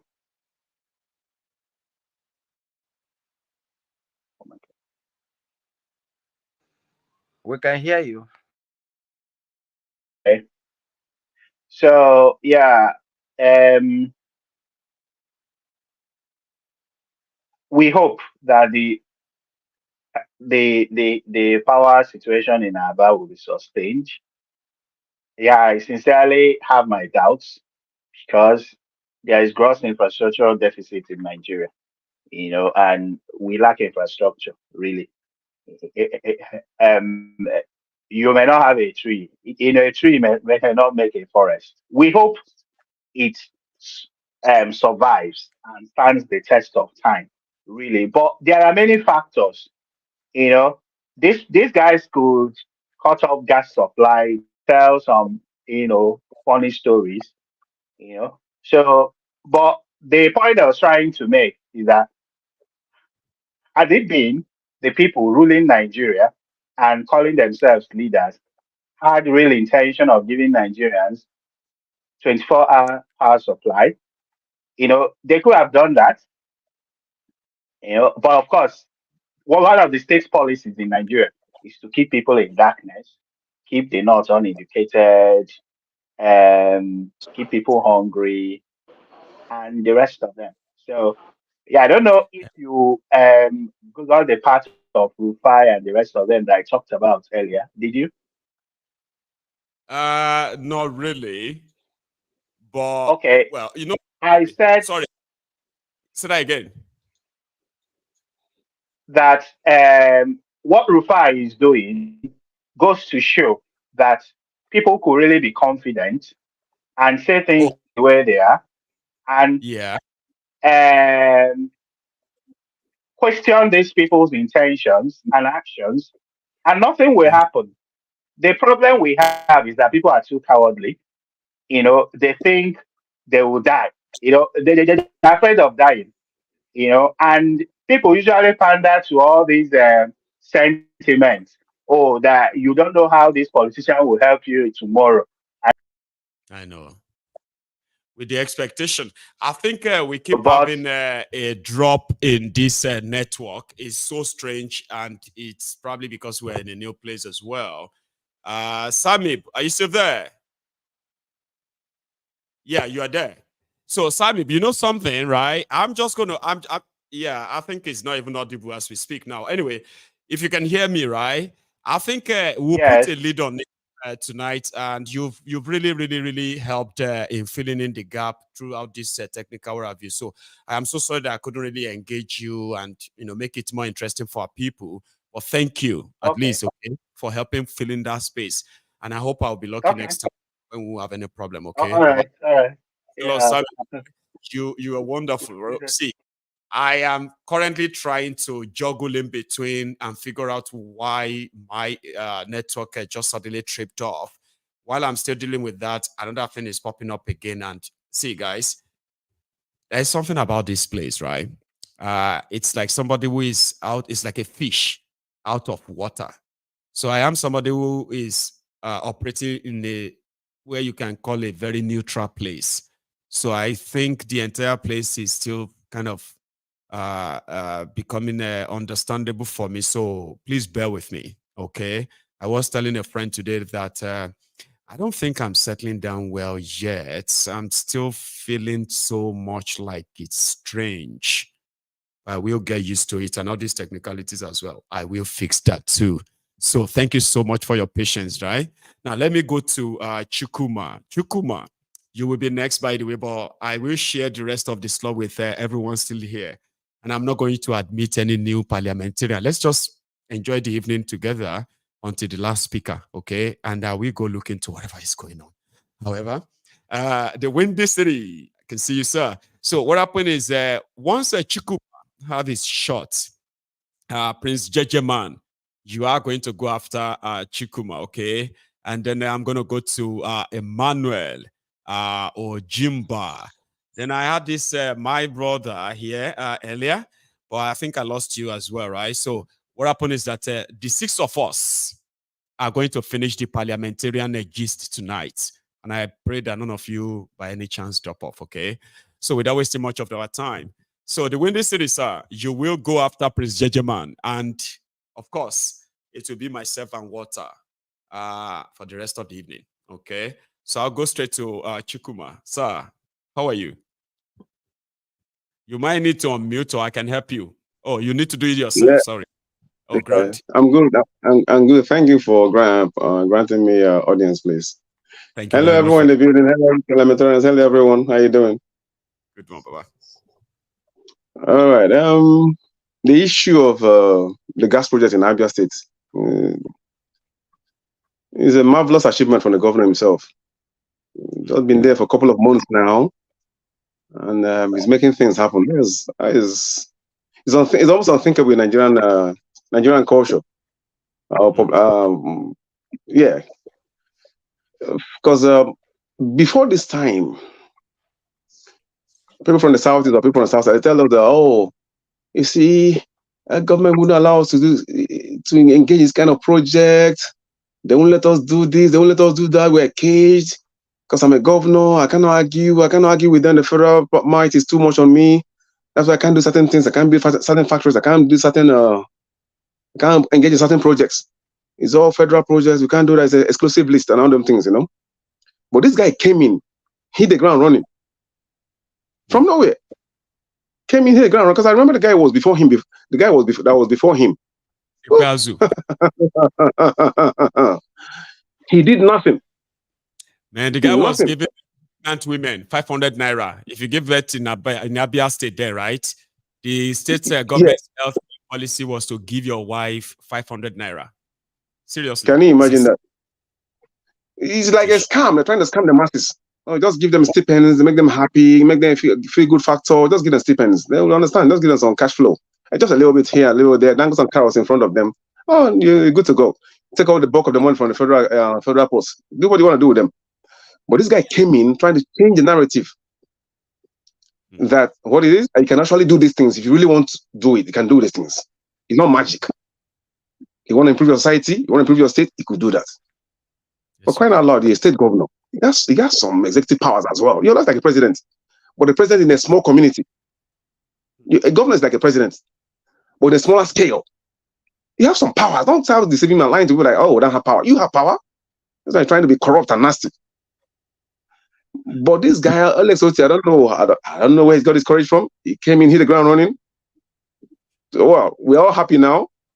But You know the what thing is that, somebody said? yeah, You know what somebody said? Somebody said if they had rigged him too, okay, and yeah, maybe an APC there now or PDP, and the yeah, people are still suffering. Now the yeah, same people who are like who continue to kind of suffer the people, they will now say, what waiting Alex Otti go do differently? You know, if you do pass all this one too. Do you understand? And they will be telling themselves that yeah, Alex Otti can't do past what these guys are doing. If he was there, assuming it was rigged out. Now that he's not rigged out, he's there, he's doing it right now. Eh? Now a lot of yeah, them are feeling what's so special about him? What is that? It's simply like this Tinubu as well, right? Some are saying, what yeah, would Obi, what is Obi going to do differently? Or if Alex Otti was also rigged out, it would have been the same thing they would be asking the Abians. What didn't go do differently if he was there? Well, man, forget, they are all the same. But it seems to be proven. Yeah. yeah. Let me go on what you said. Let me go with what you said now. You know, Mike, you know what? You know why they said that? So what? Because they know, they all know themselves. Our friends, they all know themselves. They know if this guy comes in, it's going to change the narrative. They know these things we don't know. They know something that we don't know. We masses don't know. They know something guy is coming into political office. Sorry. They will change the narrative by hitting the ground running, just like this guy is doing now. Change is constant. Get someone else in. Let's see him. Let's see. Change is constant. Change is constant. Why not just try and get someone else in? Let's see them. Let's see the person that is going to come in. Let's see. You know, but because they know a lot of them are, sorry, excuse my French, a lot of them are riffraffs. They don't want to get all that evil gain. They know the content of certain individuals. They know among themselves. They know among themselves. They see themselves. All these are club. They're going to club. They know themselves. I don't want to call where they meet up, but they know themselves. They know who is decent and honest amongst them. They know this is I'm telling you. They know who is straightforward and honest amongst them. They know this I'm telling you. They know the bad legs among them. They know what I'm telling you is true. They will do everything to they stop know such outshining. They know the lazy ones. They know the lazy ones amongst them. They know all these things too. They know the mental imbalance among them. They know all these things too. They know the thieves among them. They know these things I'm telling you. So as I want to make a headway, they say, no. Why are you gonna do different? Why are you gonna do different? You're not different from us. They know the guy is different. That's why they're shouting. He's not any different from them. Let the masses decide who is different. Not you, political class, telling us, oh, don't worry, he's not gonna do nothing. It's not gonna be like the rest. Oh, we want to see him. Let him do that like the rest. We want something new. Thank you so much, Chukuma. Thank you, man. So sorry once again for the whole disruption we've experienced. I hope it gets better next time. I can have this easy flow chat, okay, Baba? You have a good one, okay? So much. That's Chukuma there. I've lost quite a number of my people. Prince Shettima, what happened to your face? Where you did? You did Ajegunle or you use torchlight to get it what? To get what's going on? How have you been kidnapped? Twice. Prince Shettima, you need to blink twice so we know that you are not kidnapped. You see what Anyway, the Prince, it will be your shot now, okay? And then I will go to the my main man, the Windy City, before we go to Water. Water dropped off earlier, but he's back. Gaba Life wants to join us, but he doesn't want to join us as well. He's keeping his camera off. So I'm going to go to the Prince. Prince, please help me. Yeah, my good general. Yes, sir. The Tucano Mike. They won't shut down down. Baba, not in the apple. You see, this your new mic, na silencer. Tell me about it. This is your new mic, na really special. What in town? God bless you, Baba. Yes. So it loud well, Abi. Yes, so I love it. It's nice. Yeah. So my face, my voice clear, my face show, my shoe shine. I tell you, everything there, bam, bam, bam. No shaking. Let's say thank you to the member of the brethren of the temple who have always been like always there, including yourself. Yes, Baba. We there with you, Baba. You are doing a good job. You know, any good mind, any good heart, and those that love justice will always identify with you. Okay. Thanks. So we thank you so much for what you are going to do more in the future. We see greater things to come. You know, my good diary. You can see you're always progressing, and we are very happy to identify with it. Yeah, Baba. I'm going to start today. Greetings first to everyone in the house. You know, respect to all the parliamentarians. Can you hear me, please? Loud and clear, the prince. Okay. Yes, I'm going to start with our great leader, Mazen Nandekano. Last time they brought him there, I would say it's an ambush. They just brought him to court. Nobody knows. It's like a kangaroo court. You know, they brought him, and also at the end of the day, they continue the same thing, the same madness. You know, first of all, at the time, I want to thank them for releasing Omoyele Shewole and releasing Sunday Igboho. Nnamdi Kanu, as we can see, is a special case, and it's showing to everyone that there's hatred to him and the hatred to the whole Biafrans and Igbo in particular. We just want Tinubu Jagabandit to know that the hatred that they have for the Igbos is confirming it based on what is going on. And IPOB is watching him. We can't beg them. The court has discharged and acquitted the Mazen Nnamdi Kanu because they went to commit international terrorism. So in the first place, taking him to court, the Janjaweed Buhari family, they believe that they're taking him to court, they are going to defeat him in the court. But it's a henchman terrorist, is a henchman terrorist. Because I don't know how you would kidnap somebody committed an international terrorism, and you think that if you take that person to court, the court will just support you. First of all, they received disgrace from United Nations. Nigerian court also gave them disgrace. Today, from High Court to Appeal Court, from Appeal Court to Supreme Court, and it's quite unfortunate that the Supreme Court, you know, has shown that there's no justice in Nigeria. It's quite unfortunate, because for them to confirm that what Nigeria did by kidnapping Nnamdi Kanu is an act of terrorism. So why sending him back? Why not discharge him or confirm the discharge and acquitted from the appeal court? You know, so it's a shame. They continue to disgrace Nigeria. They are looking for an investors. I don't know the investor that will see all these quagmires, all these injustice, and come to invest. You know, they should release him now. Where we stand now is that obey court order. The court has discharged and acquitted him, so they should obey court order. We are not interested in any court. They committed terrorism. You know, taking him to any court is just a waste of time. And any person who is seeking for a bail, I don't know what that person is bailing for. The court of Nigeria has discharged him, and they should obey court order. They want Nigeria to be seen as a country, you know. So that is that on our leader, great leader Mazen Nnamdi Kanu. They must release him unconditionally. That's where we are. If not, let them eat him like kilishi. Let we see how the kilishi will digest in their intestine. And so Bola Ahmed Tinubu, please take note. If you want to eat him now, they can eat him or you release him. That's where we are now. So you see, I want to talk about the miracle of Otti.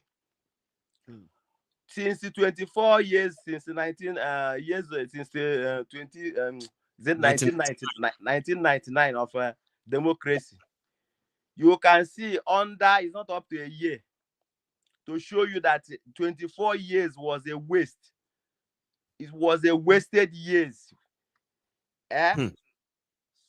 A child that was born 24 years ago now is already, if he's a woman, by now some of them are grandmothers. You see, this is how they are wasting the destiny, the lives of those that they call that they have future youth that has future tomorrow. Or why are they talking about saying it? Leaders of tomorrow. Leaders of tomorrow. That is how the deception they've been giving to us. We are the leaders of tomorrow.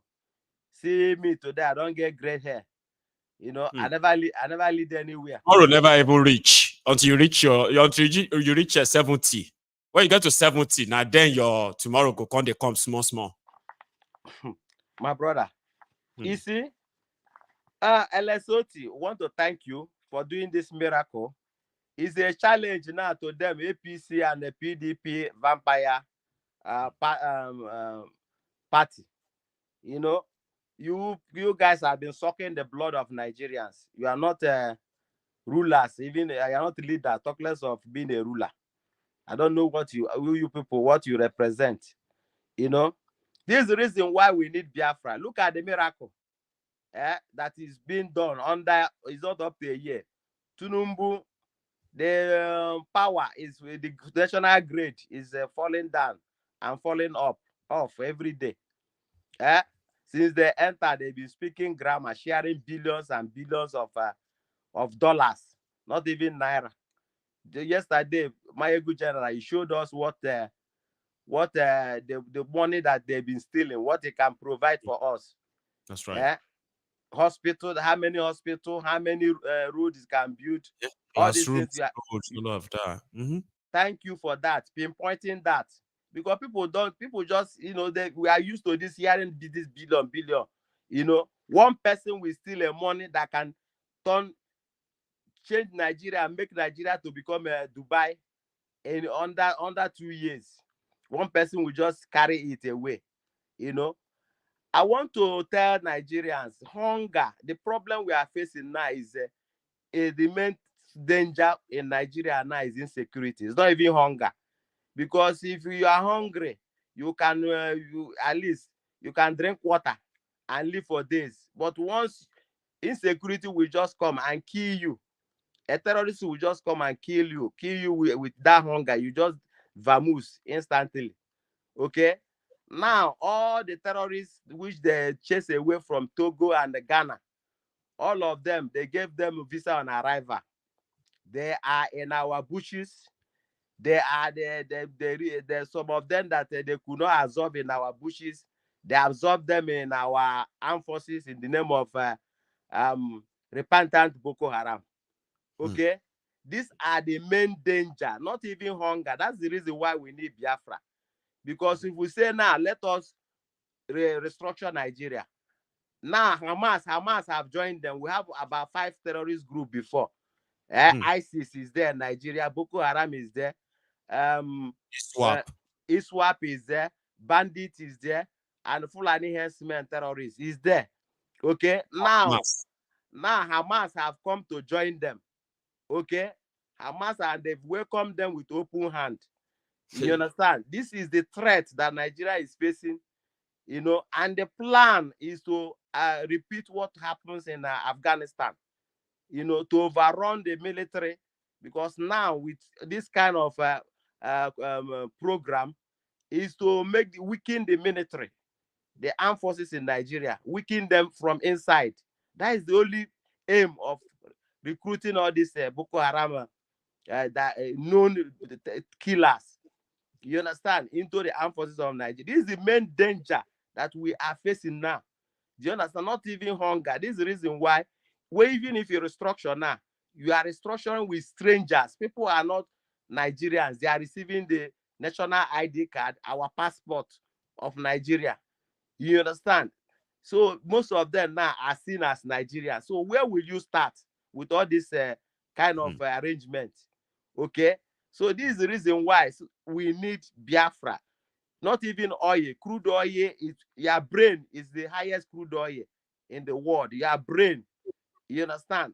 now technology era is more procreative than crude oil. So anybody who is hoping on crude oil alone as a means of economy is a lazy parasite.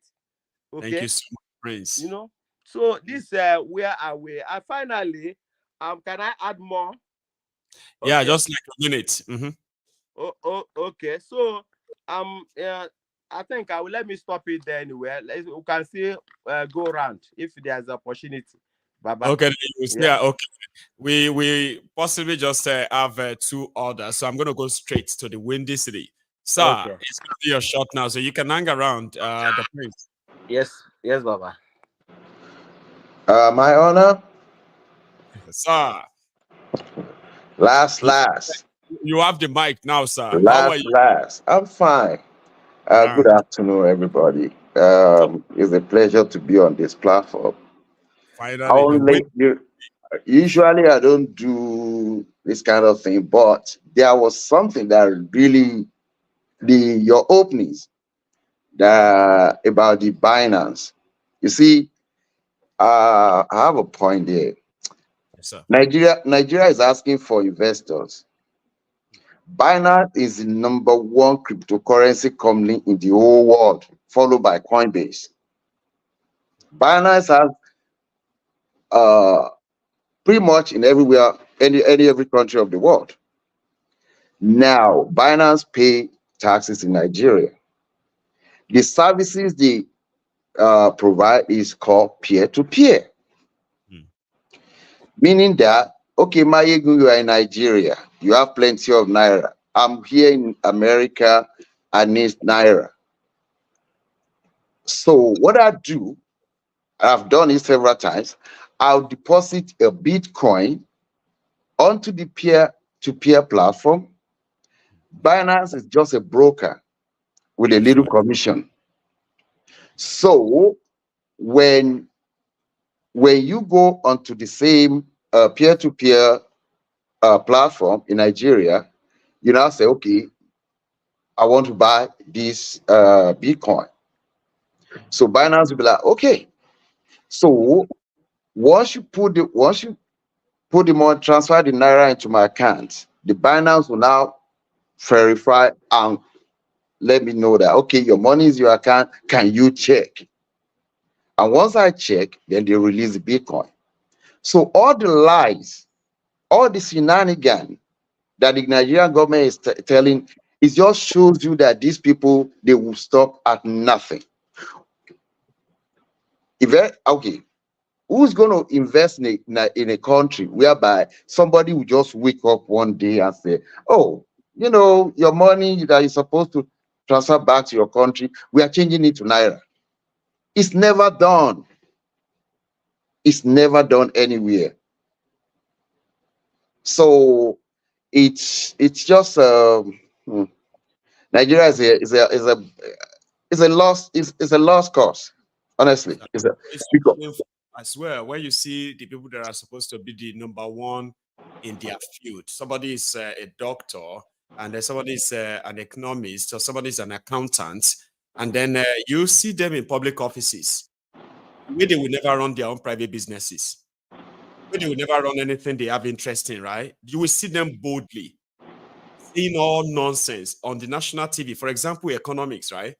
The Central Bank Governor of Nigeria believes that the P2P, which is the peer-to-peer trading on the Binance, is the reason why Nigeria's Nigerian Naira is struggling. And therefore, if Binance could be out of the way, then that would be better. So once Binance is out of the way, right? So who are they going to blame next once this goes back to the 2,000, 2,500 and it keeps going on and on? Because it's going to happen. But that's circle back to my first opinion that all of a sudden they want countries around the world to come and invest in Nigeria, right? Yes, sir. So every investor, private, government, they listen to all these things. Okay, because as of yesterday, Bitcoin, I think ran up to about 60K. And Nigerian Naira was one of the currency that it crushes. They say, okay, so if private investors, government who want to invest in Nigeria, they hear this, because in the age of internet, in the age of what do you call it? All these information technology. Before you open your mouth, people already know.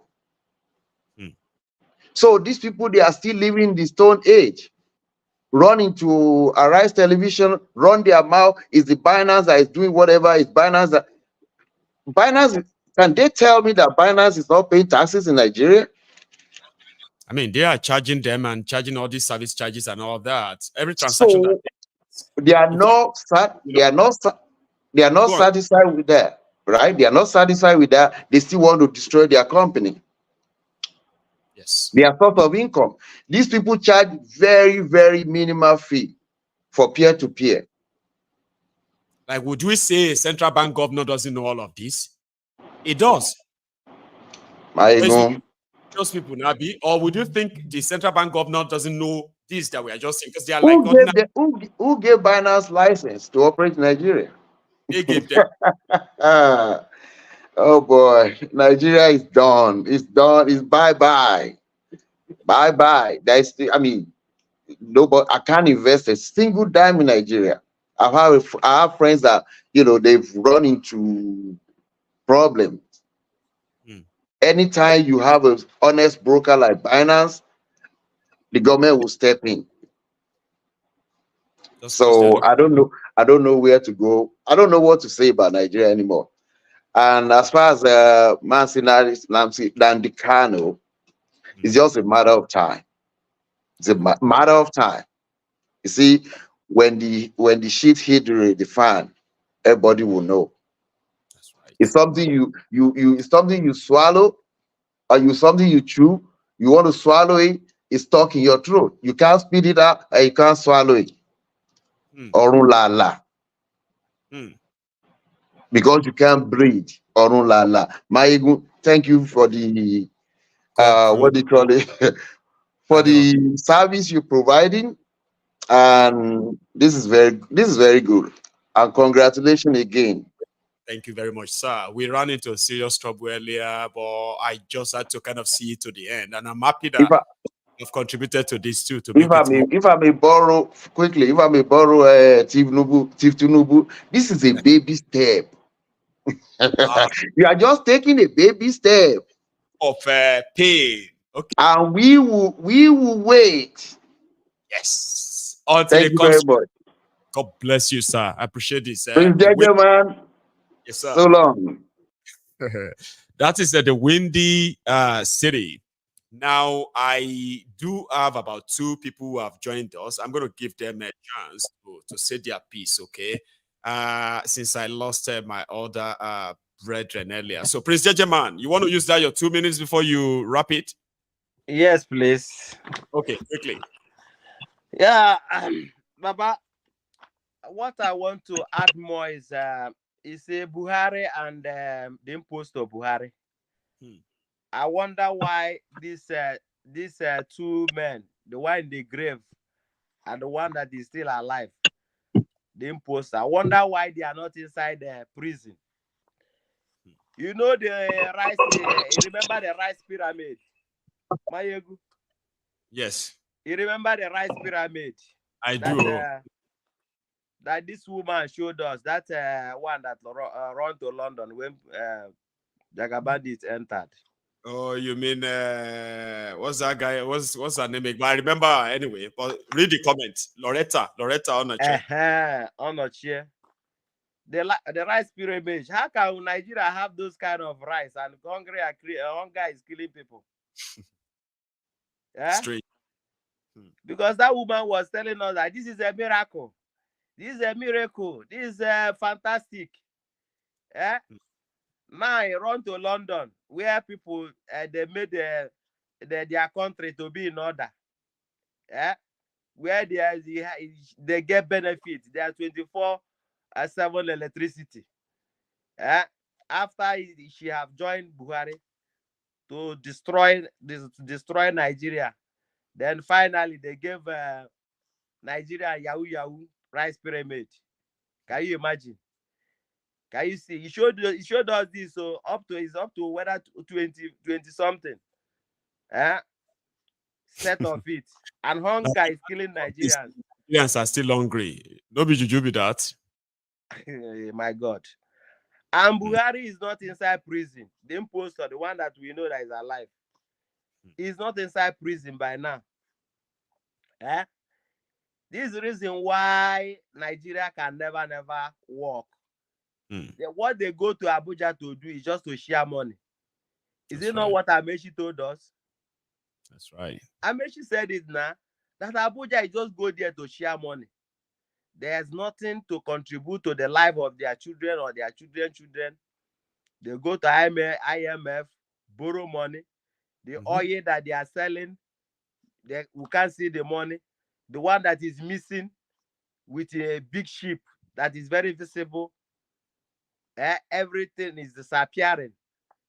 The money that they are selling in oil now, 95% is being used to pay the interest, not the money of the loan they borrowed. Just interest, to service the interest. Just service the debt. The debt, only 98%. And people are still there thinking of how to make Nigeria work. Is it not madness, Mayegu? Well, it's not only when you put on, you remove clothes from body, you will know that you are mad. Some people that are putting on tie are mad. Some that are putting on agbada, they are mad, but they don't know until they begin to act and talk. People will say, come, Lagbaja. Are you sure something is not missing somewhere? You know, anyway. You'll be looking around and say, what is missing? What is missing? You know? Not sure. Respect. Thank you. Yeah. Respect, our time is really rounding up, and we've got more people on now, so which means we're gonna have an extension. Okay. Okay. Beautiful. So thank you so much for being part of this. I'm going to quickly have a water. I use this time. He's been off and for a few times. So before I lose him again. So respect everyone. Thank you. Have a good one. So that's President Shettima. I'll come back and share the slot for all of us on how to speak next. Okay, but I want Water to quickly take his shot. Brother.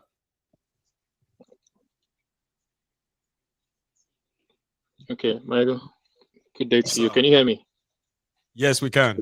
Hello, Michael. You can hear me clearly, right? Yes, loud and clear. Okay, perfect. I don't know, my connection has been acting up.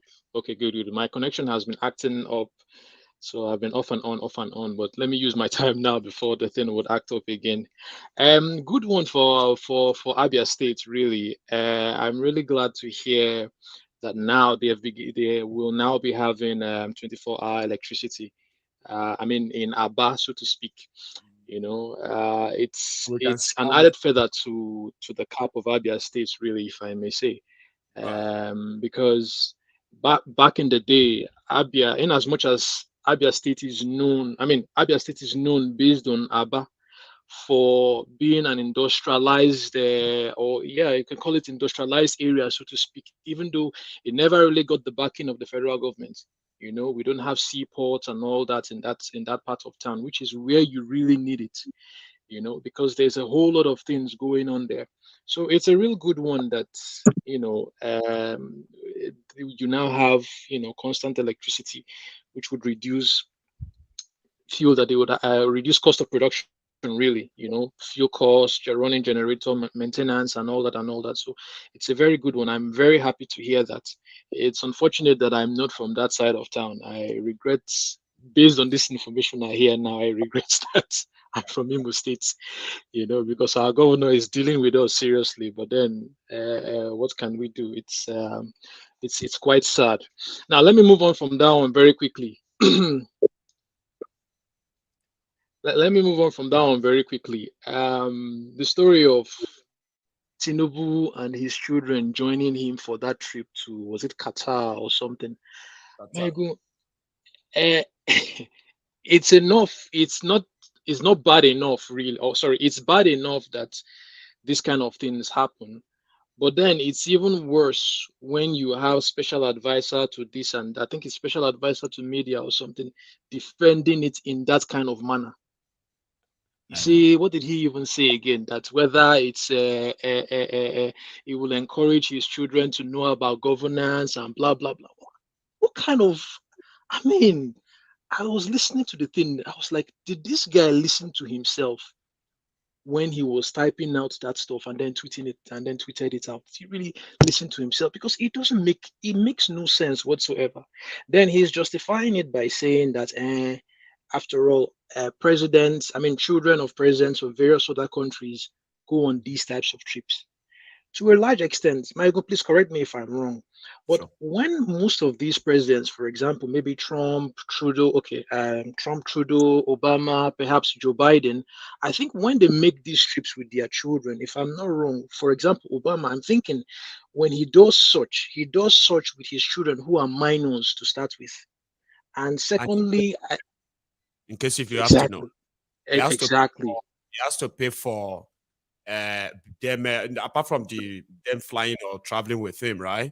So when it Yes. comes to whether they want to feed or they want to go out there and shop or they want to do anything there, that comes from the private pocket of their father. It's what you have there in Nigeria. I saw some people trying to put up that argument. Indeed, they are mostly minors, okay. And then those who are mature, them, okay.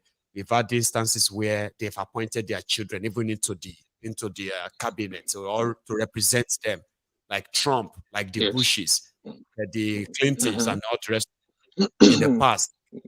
But I saw it too. But in my own cases, I said, number one, they do not budget the American money to feed their children when they are taking them on such trips. So you are not wrong, okay? Yes. That they take their young children and all that. But whatever they incur, any expenses they incur, I was shocked when I heard they will pay for it. And also, do you know that What is expected? Obama that you use there, right? An American president, when it comes to hosting guests in the White House, right? As well. Like there's no, we are budgeting this for food, we are budgeting this for drink. We have no, that's not how it works. But yeah, but it is Nigeria now. When it is to compare children of the presidents, they can tell you America or other president takes their children abroad. But when it comes to 24 hours electricity, security, all of that, they will say, don't compare Nigeria with America. Please continue. Comparison of convenience, so to speak, which is bull, you know. Okay, then adding to that now, right? Adding to that now is now the case of this Orasaye's Orasaye waiting again. I don't forget. But this stuff that Tinubu talks about, that they are going to take up, so to speak, to ensure that there's going to be cutting of cost in governance. I mean, this would have been a good opportunity, for the man to take the lead, in cutting cost of governance. For God's sake, his children are grown men. Why should they? And I mean, even though his children, they earn a whole lot of money.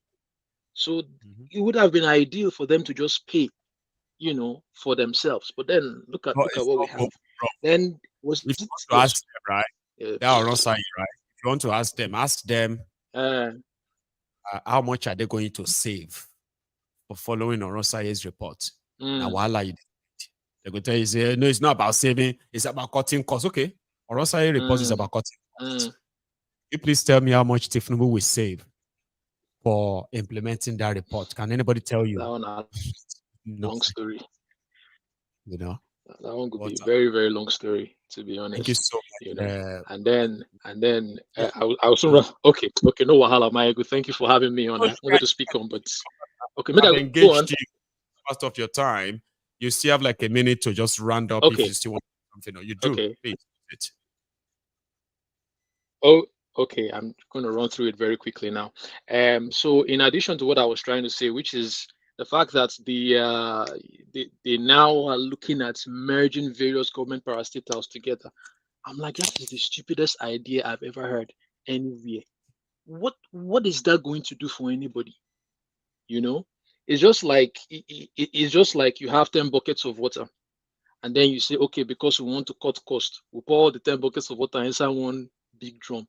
now see the same volume of water now. You haven't changed anything. You know, it's it just seems like they feel we don't have anything between our heads, between our ears, rather. Unfortunately, the way we have been acting as Nigerians of late, they can get away with whatever they choose to do. It's really sad. Last thing is, I think, I mean, it's what you've been saying. This Kadusu, Kadibi, his policies, all that he does is just a mirror effect of Emefiele. Okay, Binance that he's chasing now, right? Kadoso is to Binance, Emefiele is to Aboki FX. That's just like one of the clear examples, you know. I mean, there are numerous of them. Really, you know, it's unfortunate. My ego, it's really unfortunate. My good, thanks for having me. Let me get off so that others can speak. No, you've done well, Baba. Thank you very much for not giving up, because it's been a bit of an tedious night, you would say. It's stressful one. But thanks for not difficult. You know, and I hope I see you some other time as well. You take it easy, Baba. Nice one. Ochozo rather. Meanwhile, I have a lady, and because it's our rules here, if you remember, we have Gaba Live. And she would have a shot, and then I'm going to come back to Ferreira. Ferreira, please, you will go after a lady there, and then I'm going to come to Aden Faith Oyenka. So you and I will be next after Ferreira. Then I'm going to take Stanley Anyao as my last caller tonight because of our timing and all that. Okay. So let's go straight to the lady. Gaba Live. How are you doing, ma? I'm good. Thank you, sir. Hi, everyone. Great. So you changed your name to Confused. And, well, how are you today, by the way? I'm well, thank you. Though I had challenge with connection, this will not work no matter how hard I try. This will not. It said that the browser or something blocked my mic and camera. I don't know what that is, but now I'm back because I've been waiting for this day like for a very long time, and there I am. So beautiful then. So let's yes, let's get it started. And so you have your shot, please. Okay, so right in front of me, I'm going to share my. Let me just show you what. Go back. I'm sorry, guys. No, it's all right. Go upstairs. Yeah. I'm hiding. No, it's all right. Sometimes, it will be like, what's going on inside our place? I want to see what mom is up to. So, yes, we will make it quick, and then you can easily go back to them. So go for it now. Okay. So right here in front of me, I like to share this. Here I am. Can you guys see my can you see the food in front of me? Yes, you can. Okay.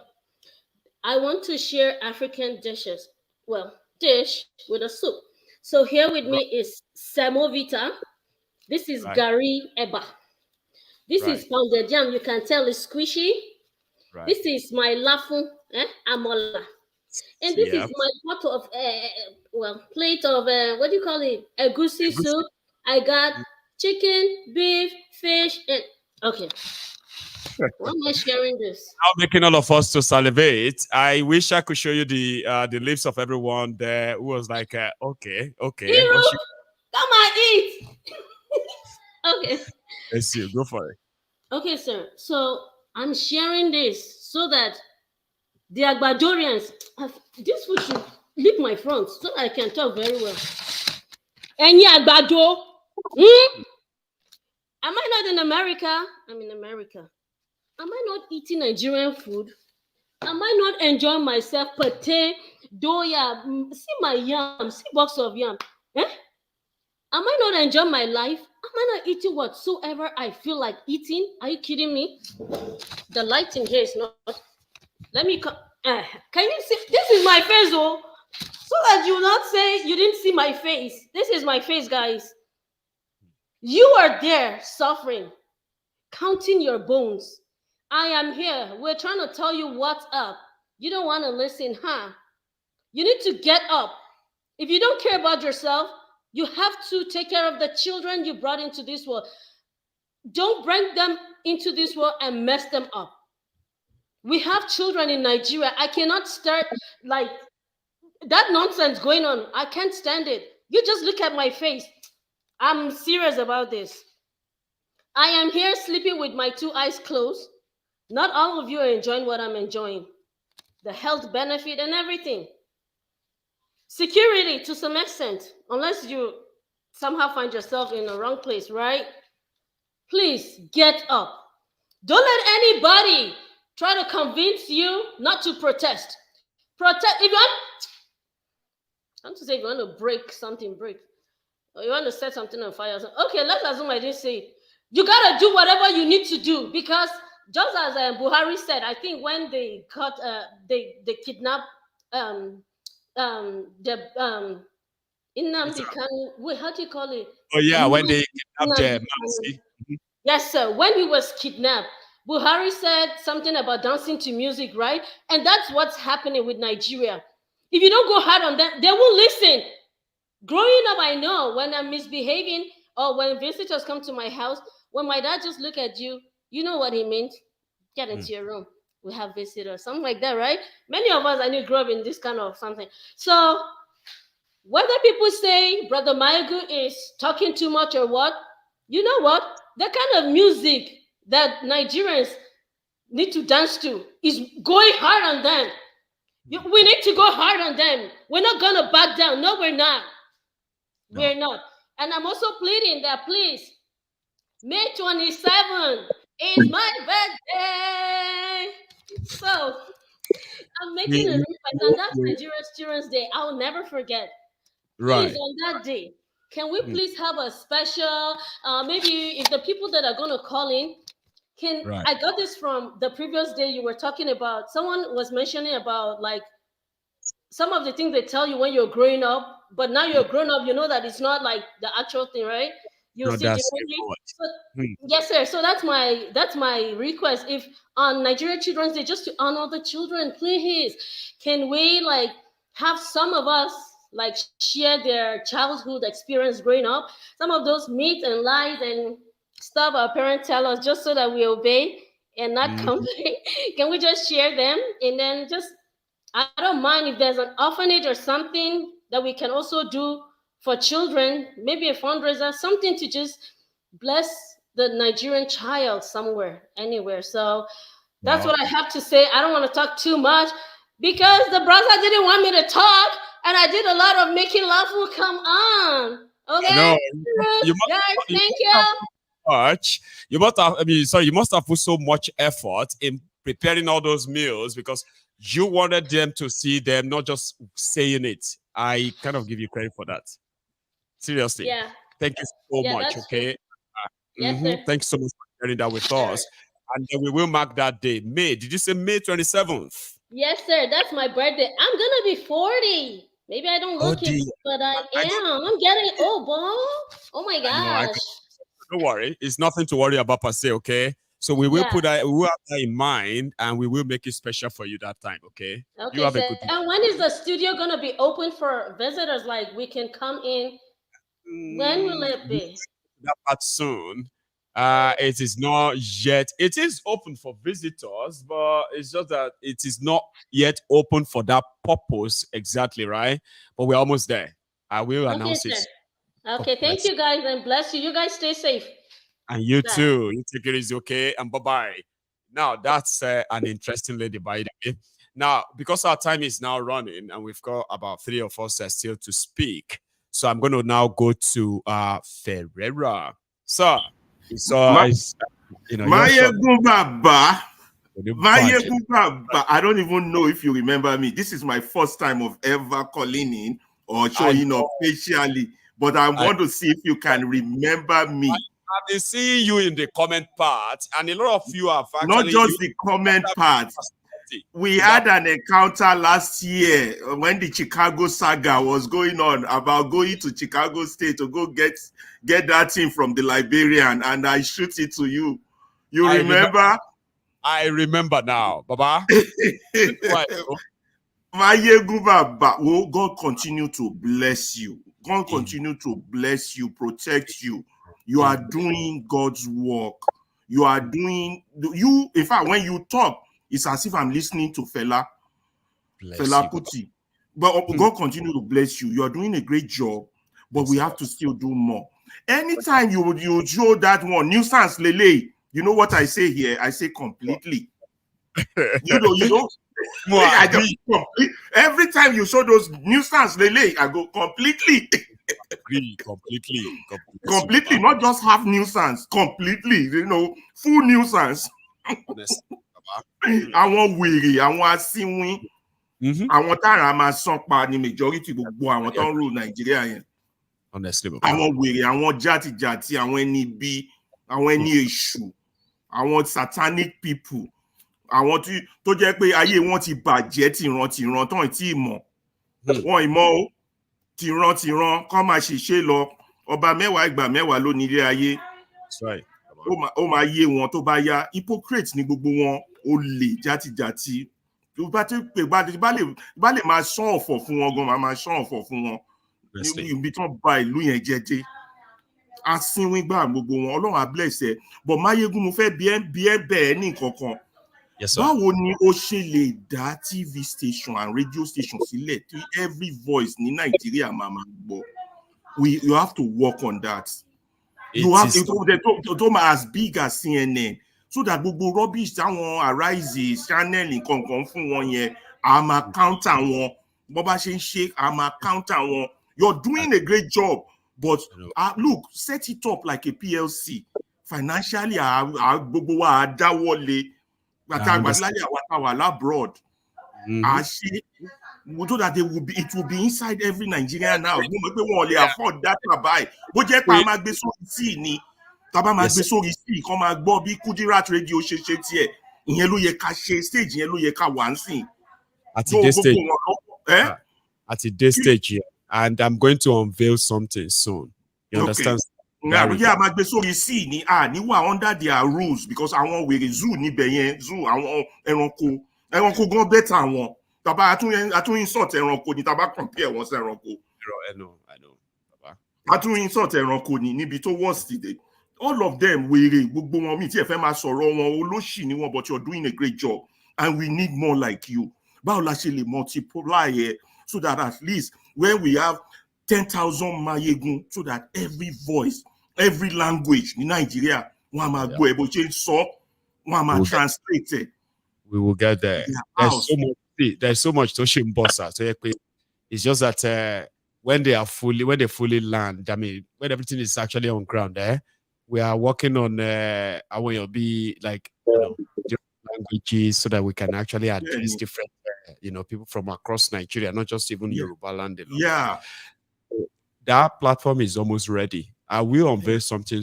You will be so amazed too. Yeah, you will love it. Láti hit wọn, because àwọn people wọ́n lè fọ̀rọ̀ wọn ṣe kékèké, a máa tógun tí gbogbo ẹ̀ ní.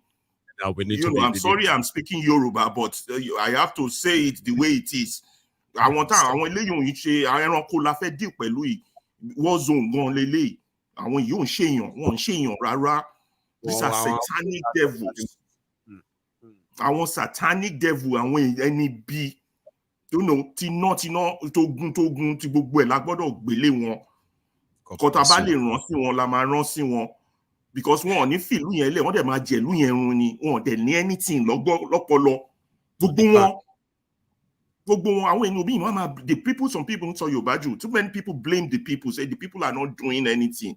In my own view, the people have been traumatized. So it's people like you that is jeering them up. Even some of these stupid Agbadorians don't want to be by don't support one. I want to be one man to mow at that one fools. In koto ma je longwa, in koto ma je pinide long for all the Bele lecturers, the Bele lecturers. I want to show you can kind of people. I'm on a line. Gbogbo àwọn tájọ ṣàlútà, gbogbo wọn they are keeping quiet now. Gbogbo àwọn tájọ Babangida must go nígbà yẹn. You don't talk when you are eating. Talk.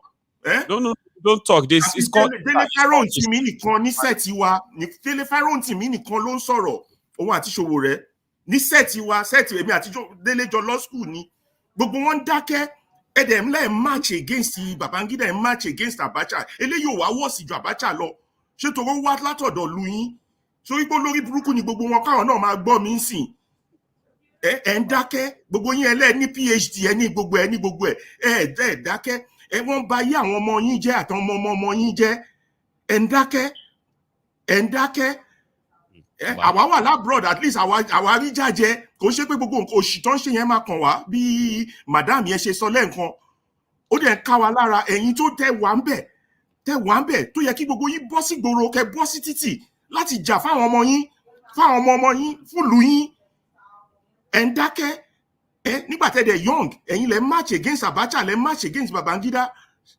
olórí burúkú ni gbogbo wọn mi tiẹ̀ mọ̀ nǹkan tí máa sọ but all the time. And see, every time that we have a chance, because I'm working on getting a special platform, for example, where we can direct all our messages to the Yorubas, direct all our messages to the Igbos, direct all our messages to the Hausas, and people who can actually speak, just say base or you say, who can speak their heart out. From where tens of thousands and millions of people have access to all this information. So it doesn't matter whether you are just you don't understand English or you understand English, and it doesn't matter. You have access to all those materials. We'll get there, Baba. Ọlọ́run a máa bless ẹṣẹ́ ló ń ṣe o multiply more a gbọ́dọ̀ hit wọn big time kò sí àlè dákẹ́ mo gbèdì fún ẹ o. Thank you so much. Right? So hopefully next time it's going to be more better than this. We won't have any issue and we can bring everybody in. It's mostly interesting. So Baba, thank you very much, sir. You have a good one, God bless you. So now I'm going to go straight to our man, Arden Faith, because it's going to be Hello, my friend. I'm going to go straight to Sir Anyanwu. Thank you so much for your patience, sir. So let's go for it. Arden Faith, sir. Oyinka. Yes, Maigu. Let me first commend you on all your efforts. It's much appreciated over the years. Thank you so much. So I'll just lend my opinion with this, with regards to all this. So I left Nigeria since '94, and as far as I'm concerned, it's always been clear to me. You see, obviously, there's so many things I didn't know as a young man, but one thing I understood was that Nigeria is going nowhere, and I knew that in '94. So the sooner we start telling ourselves the truth, I believe the better. Now, again, for instance, a lot of times when people are asking for things, they're asking for better this and better that, and why is this going on, or why is that going on, or why are they saying this, or why are they saying that?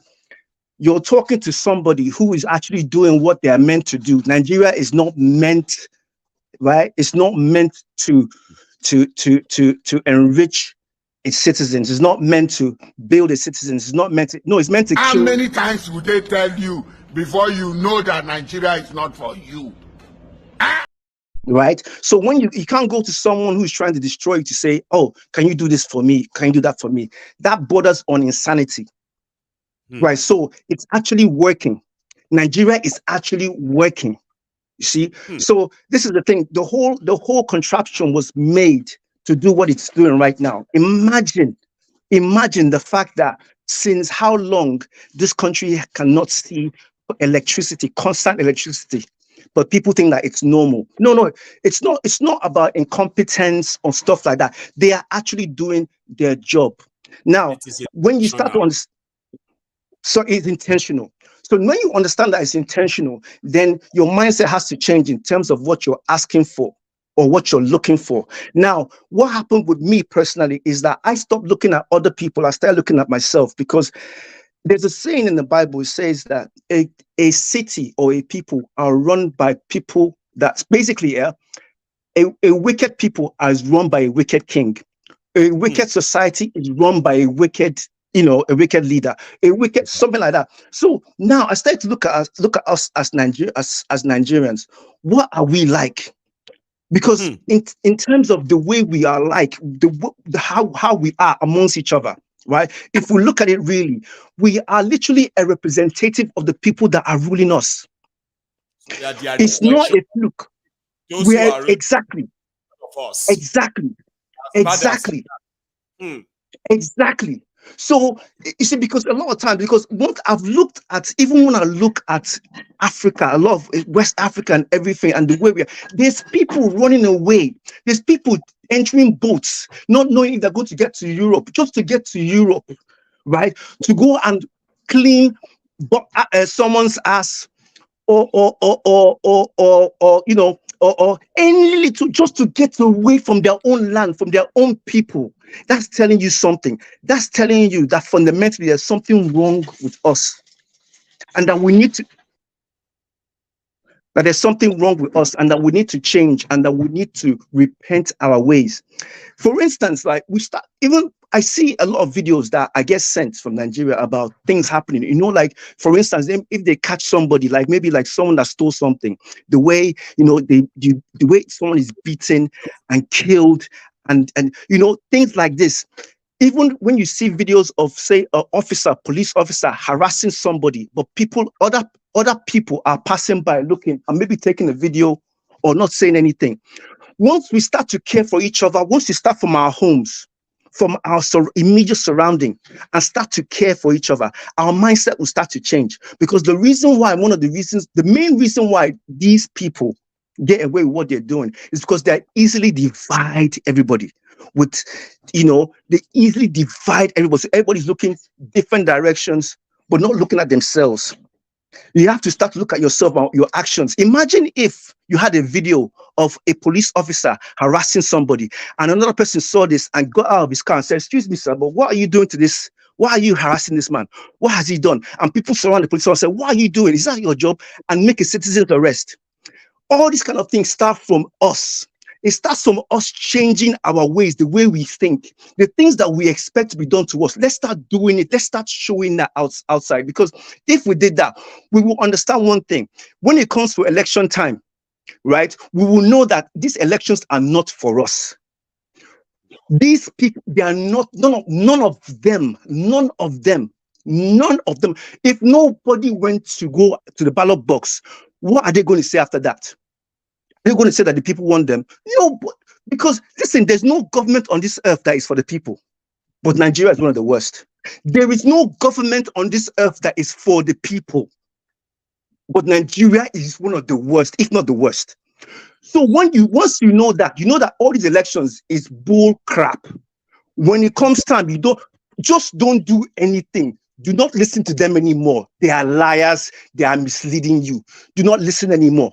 That's it. And start to take care of each other. Because once you start to take care of each other, what happens is, even when they do things, because everybody stands together, because these guys are cowards. They are cowards. Wow. All these things you're seeing them do. Listen, a definition of a coward. Look, a man will go, how many convoys, 200 and something cars walk? That's a coward. These people are afraid. But because they know that we are corrupted in ourselves, we are corrupt. They know we are corrupt. That's why they get away with it. But if we start to change the way we think and the way we treat each other, from your house, from your home, the way you even treat yourself, the way you think on a day-to-day basis, right? You at least start to do your own personal change. Your own personal change. Exactly. Yeah. And this is what I'm getting at. So you've touched some raw nerves there by telling everybody that we are so used to pointing fingers. But if all of us kind of relax, we can see that we are the mirror effect of those who are leading us. And if we really want to, something better or something different, then we must begin to act differently, even think differently. That's a good one, Baba. Thank you so much. Yes. Thank you for your time. Thank you. You should have a wonderful. Much appreciated. Thank you very much. Now I'm going to go to Sir Anyanwu now, who is going to be the biggest masquerade that will now close the show. Sir, thank you so much for your patience too, right? It's been a bit of a rough ride from the beginning tonight, but eventually I told my people that, could we kind of act like that didn't happen? And indeed, we acted like it didn't happen. Now here we have you. you also have, I believe, something to add or more. Sir, hang on. Let me see if I can unmute you. Yeah, that's you now. Sir, please. Okay, are you hearing me? Loud and clear, sir. Oh, thank you so much, so much. Thank you so much. Mayagun diary himself. Mayagun politico. Yes, sir. Live. Hey, man, I'm very, very happy. I'm very, very happy. This is just the first time I've been able to get in touch with you. In fact, live. I've always, and your program is so wonderful, my brother. I just want to appreciate, what you are doing. You are doing marvelously. You are doing so wonderfully. In fact, it's like your program. There's one medicine in Nigeria in those days that they call Daraprim. I don't know if you know about Daraprim. It's like a malaria medicine. You see, Sunday they take it every Sunday. It's like your program is like a daily Daraprim to me. In fact, I never miss watching your program. I've always wanted to hook up with that, but as you can see, right, I'm just coming back from work, I can see that. and I was fortunate enough to get you online. I said no. While I'm inside the public transport, I said I must hold on at least say hi to you. I was watching Thank you so you. much for watching. I was watching you, and I was like, "Oh, he's probably gonna get tired soon." And be like, "Okay, maybe I should join him when I get home." You didn't. You stayed. Thank you very Yeah, much. I yeah. really appreciate that. Thank you So, so much. Thank you so much. go on. In fact, you are a man of truth. I like the way you present your programs. I like the way you present your programs. You're a man of truth. If we can have two or more, three people like you, I think we'll push mountains.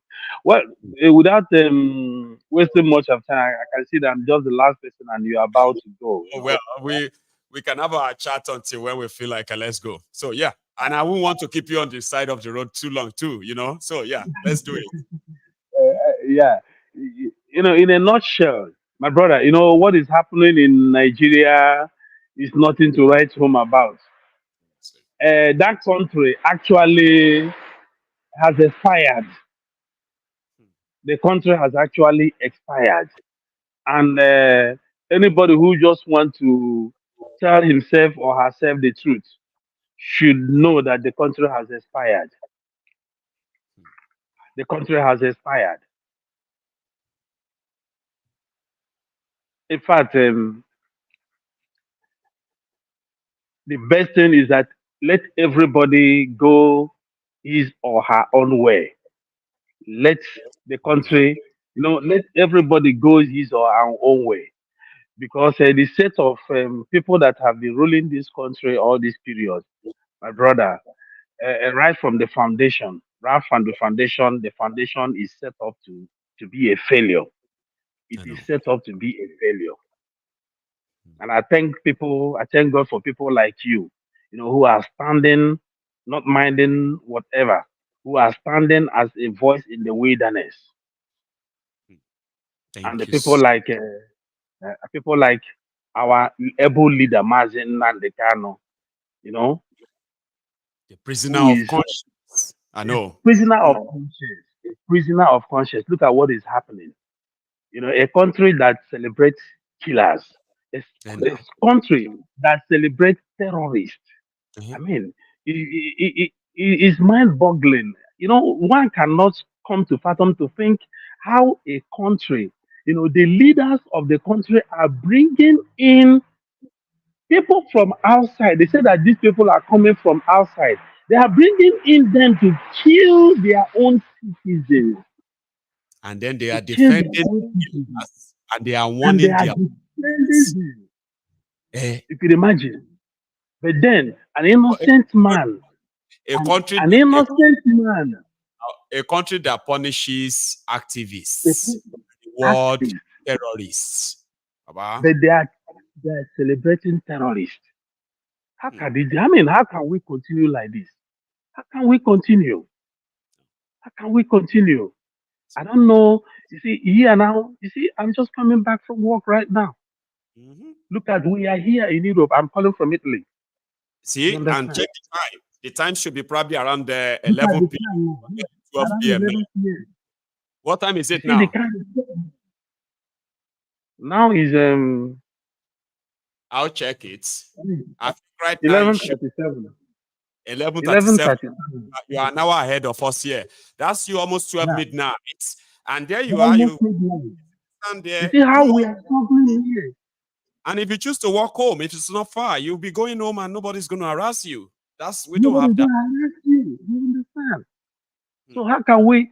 I mean, most of us here, assuming that we have a working place as our country. I mean, I think most of us here, you know, would have Most gone of home. me, Would have me, gone home. I will be in Udo Personally, doing my own thing. personally, we should have been in our home because here in foreign land, my brother, let me tell you the truth. There is no how you will fulfill your God-given destiny. You can never reach your potential You with them can per never, se. you can never, It's because get your potential here. it's because of who we are that we believe that a lot of us who grew up in Nigeria and with waiting our eyes don't see, we believe that there's nowhere we can survive. That's why a lot of us are doing well wherever we are. But however we are, however well we are doing, wherever we are today, just know that it's a little bit of your potential that you've managed to achieve. If you are in your own place, in your own country, that is working for you. Just a little bit of your potential. Mazi. Well, let me not just take more of your time. I just want to. It's already even raining now. That's why.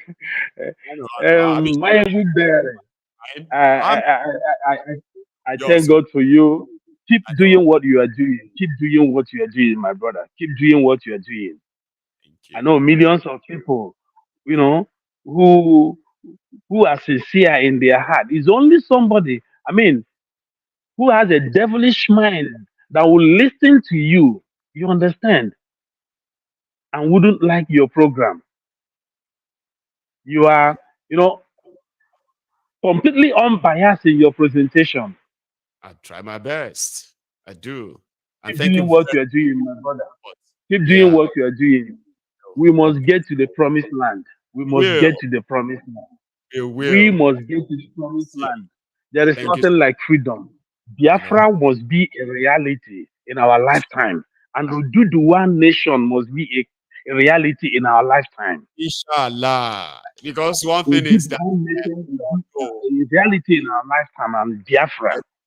Mazi, you know something we always like to remind others who don't like hearing what you just said, right? Is that I want a Yoruba nation, independent Yoruba nation. You want an independent Biafra nation, okay? Now, others who don't want them to happen, who don't want Nigeria to break, the bottom line is that the breakup of Nigeria, the emergence of all these countries, they are not going to be because I want them. I mean, I want it, you want it, and they don't want it. It's going to be because of these criminals, the way where they are taking everybody to, right? Even those who don't want Nigeria to break, those who don't want Nigeria to break, they will witness it break up because of these guys. The witnesses, definitely.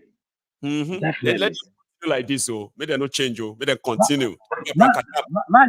Now you see what they are talking now. Now they have now reversed back to be discussing about what did they call it?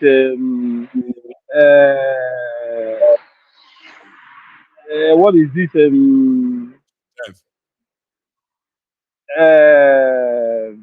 When near, where you feel remember around it. This is about this. Restructuring. They are the word restructuring. They're not talking about restructuring Nigeria, going to parliamentary system. This is all in a bid to stop Biafra from coming. Fake. When it can work, it's all fake. It's all fake. All semantics. It's all fake. All fake. Fake people. Fake people. We'll see how last. Thank you very much, my brother. We'll see. Thank you so much. Thank you. It's a pleasure getting to talk with you live this night. Thank you so much.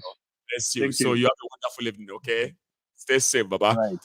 I know I have other parliamentarians who probably would love to join us, but at this point we will kind of draw the curtains. Okay, and I'm still trying to get used to this new place, and I have been running into technical glitches a few times. So tonight I ran into one. It was actually mid-program. So yeah, I'm getting by, I'm getting along, and I'm trying to get used to it as well. I have been doing all of this right here at the comfort of my own mini studio in my house. So it was so comfy that I felt so safe there, right? But now I have to kind of be in this building. I don't want to bore you with all of that. So yes, I may be experiencing, some glitches here and there now, but it won't be fun. And thank you so much for your patience, all of you. And to my parliamentarians who are still pretty much around, I think we will have this better the other time, okay?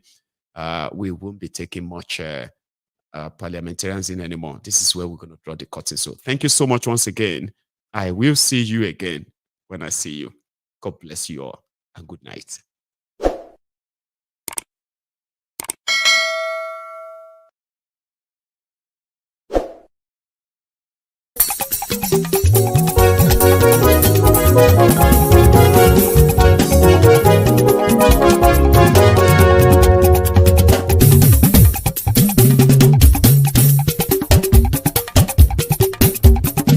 Mayegun làwa mọ̀ làmọ̀ tó dòdòdò. Mayegun dayari Mayebi number one. Mayegun làwa mọ̀ làmọ̀ tó dòdòdò.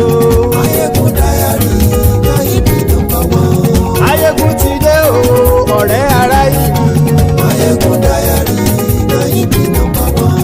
Lórí Facebook lórí YouTube. Mayegun dayari Mayebi number one. Gbogbo bó ṣe ń lọ ni Mayegun já wa sí. Mayegun dayari Mayebi number one. Àṣírí ọ̀jẹ̀lú kì í bò níbẹ̀ o. Mayegun dayari Mayebi number one. Bó bá ṣe eré àní Mayegun máa wí. Mayegun dayari Mayebi number one. Ó sì tún ṣe eré wàá gbọ́ níbẹ̀ o. Mayegun dayari Mayebi number one. Mayegun dayari politico. Mayegun dayari Mayebi number one. Godfatherism kò sí lọ́rọ̀ Mayegun. Mayegun dayari Mayebi number one. Ẹ farabalẹ̀ sẹ́ o kẹgọ́rọ̀ lẹ́nu o. Mayegun dayari Mayebi number one. Àní Mayegun làwa mọ̀ tó dòdòdò. Mayegun dayari Mayebi number one.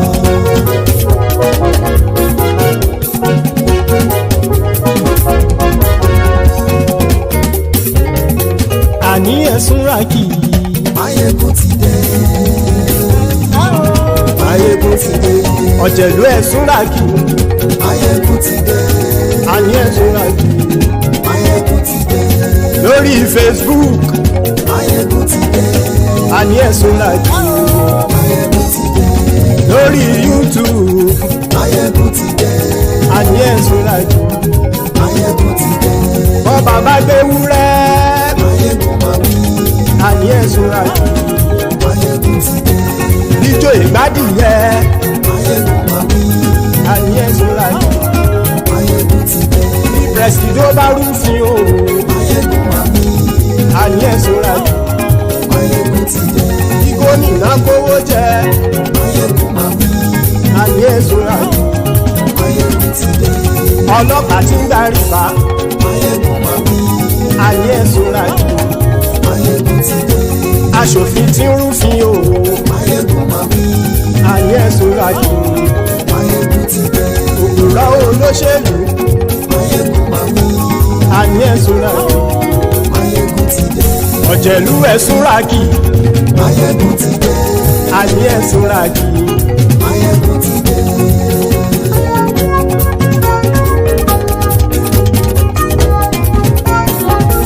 Mayegun ti dé. Gbogbo ọ̀jẹ̀lú ẹ̀sùn ràkì. Mayegun ti dé. Gbogbo ọ̀jẹ̀lú ẹ̀sùn ràkì. Ṣùgbọ́n ní bá ti ṣe èyí tó yẹ kí wọ́n ṣe, ọmọ bá dèrò ní fi wọ́n níran o. Mayegun ti dé. Gbogbo ọ̀jẹ̀lú ẹ̀sùn ràkì. Mayegun ti dé. Gbogbo ọ̀jẹ̀lú ẹ̀sùn ràkì. Ṣùgbọ́n ní bá ti ṣe èyí tó yẹ kí wọ́n ṣe, ọmọ bá dèrò ní fi wọ́n níran. Wọ́n fowó bẹ́ẹ̀ o. Mayegun Máyégún ó sọ pé wọ́n ò bẹ̀bẹ̀ wọ́n fowó bẹ́ẹ̀. Máyégún ó sọ pé wọ́n ò bẹ̀bẹ̀ oníkan ṣáàtì ṣe èyí tó yẹ kí wọ́n ṣe fáwọn ará ìlú tó gbé wọn débẹ̀ o àyè. Máyégún ti dé gbogbo ọ̀jẹ̀lú ẹ̀ súnra kì. Máyégún ti dé gbogbo ọ̀jẹ̀lú ẹ̀ súnra kì. Ṣùgbọ́n ní má ti ṣe yìí tó yẹ kí wọ́n ṣe ọmọ bá dẹ́rọ̀ ò ní fi wọ́n níran. Ha! Kì máa yí ṣe eré ọ̀rọ̀ yìí kì í ṣe ẹ̀fẹ̀. Kì máa yí ṣe eré ọ̀rọ̀ yìí kì í ṣe ẹ̀fẹ̀. Ẹni bá ti lè lẹ́bọ̀ lẹ́rù o ọmọ bá dèrò kàṣàyè tú wọn síta. Máyégún ti dé gbogbo ọ̀jẹ̀lú ẹ̀ súnra kì. Máyégún ti dé gbogbo ọ̀jẹ̀lú ẹ̀ súnra kì. Ṣùgbọ́n ní bá ti ṣe yìí tó yẹ kí wọ́n ṣe ọmọ bá dẹ́rọ̀ ò ní fi wọ́n níran. Tẹnitẹni ọmọ Máyégún ọ̀rẹ́ ara ìlú mọ̀mọ́ ni mo fọlọ́run ṣọ́ ẹ̀ bá kìlẹ́bù. Lóòótọ́ olódodo ìlú ọ̀tá ìlú mọ̀mọ́ ni ìwọ ṣá máa ń ṣọ́ra kò sì mọ́ bẹ̀rù. Bọ́tà ń lè rí bóníṣègùn lé káwọn mọ̀mọ́ fi ṣera wọn ni ó ti dẹrùn tí wọn ò gbọ́dọ̀ sì mọ́bẹ̀. Èèpo ọ̀bọ lọmọ bá dérò tàjẹ́ ò gbọ́dọ̀ jẹ́ ó ti dọba lórí àbínú ẹni kò sì mọ́ bùyà. Àìsíwọ́lu ní ẹnìkẹ́ ìgbódì ẹyin lábàrá o ó kó ẹni tó bá dán o àkàmù. Máyégún ti dé gbogbo ọ̀jẹ̀lú ẹ̀ túnra kì. Máyégún ti dé gbogbo ọ̀jẹ̀lú ẹ̀ túnra kì o. Ẹni bá ti ṣe yìí tó yẹ kí wọ́n ṣe ọmọ bá dèrò òní fi wọ́n níran o. Máyégún ti dé gbogbo ọ̀jẹ̀lú ẹ̀ súnra kì. Máyégún ti dé gbogbo ọ̀jẹ̀lú ẹ̀ súnra kì. Ṣùgbọ́n ní bá ti ṣe yìí tó yẹ kí wọ́n ṣe ọmọ bá dẹ́rọ̀ ò ní fi wọ́n níran.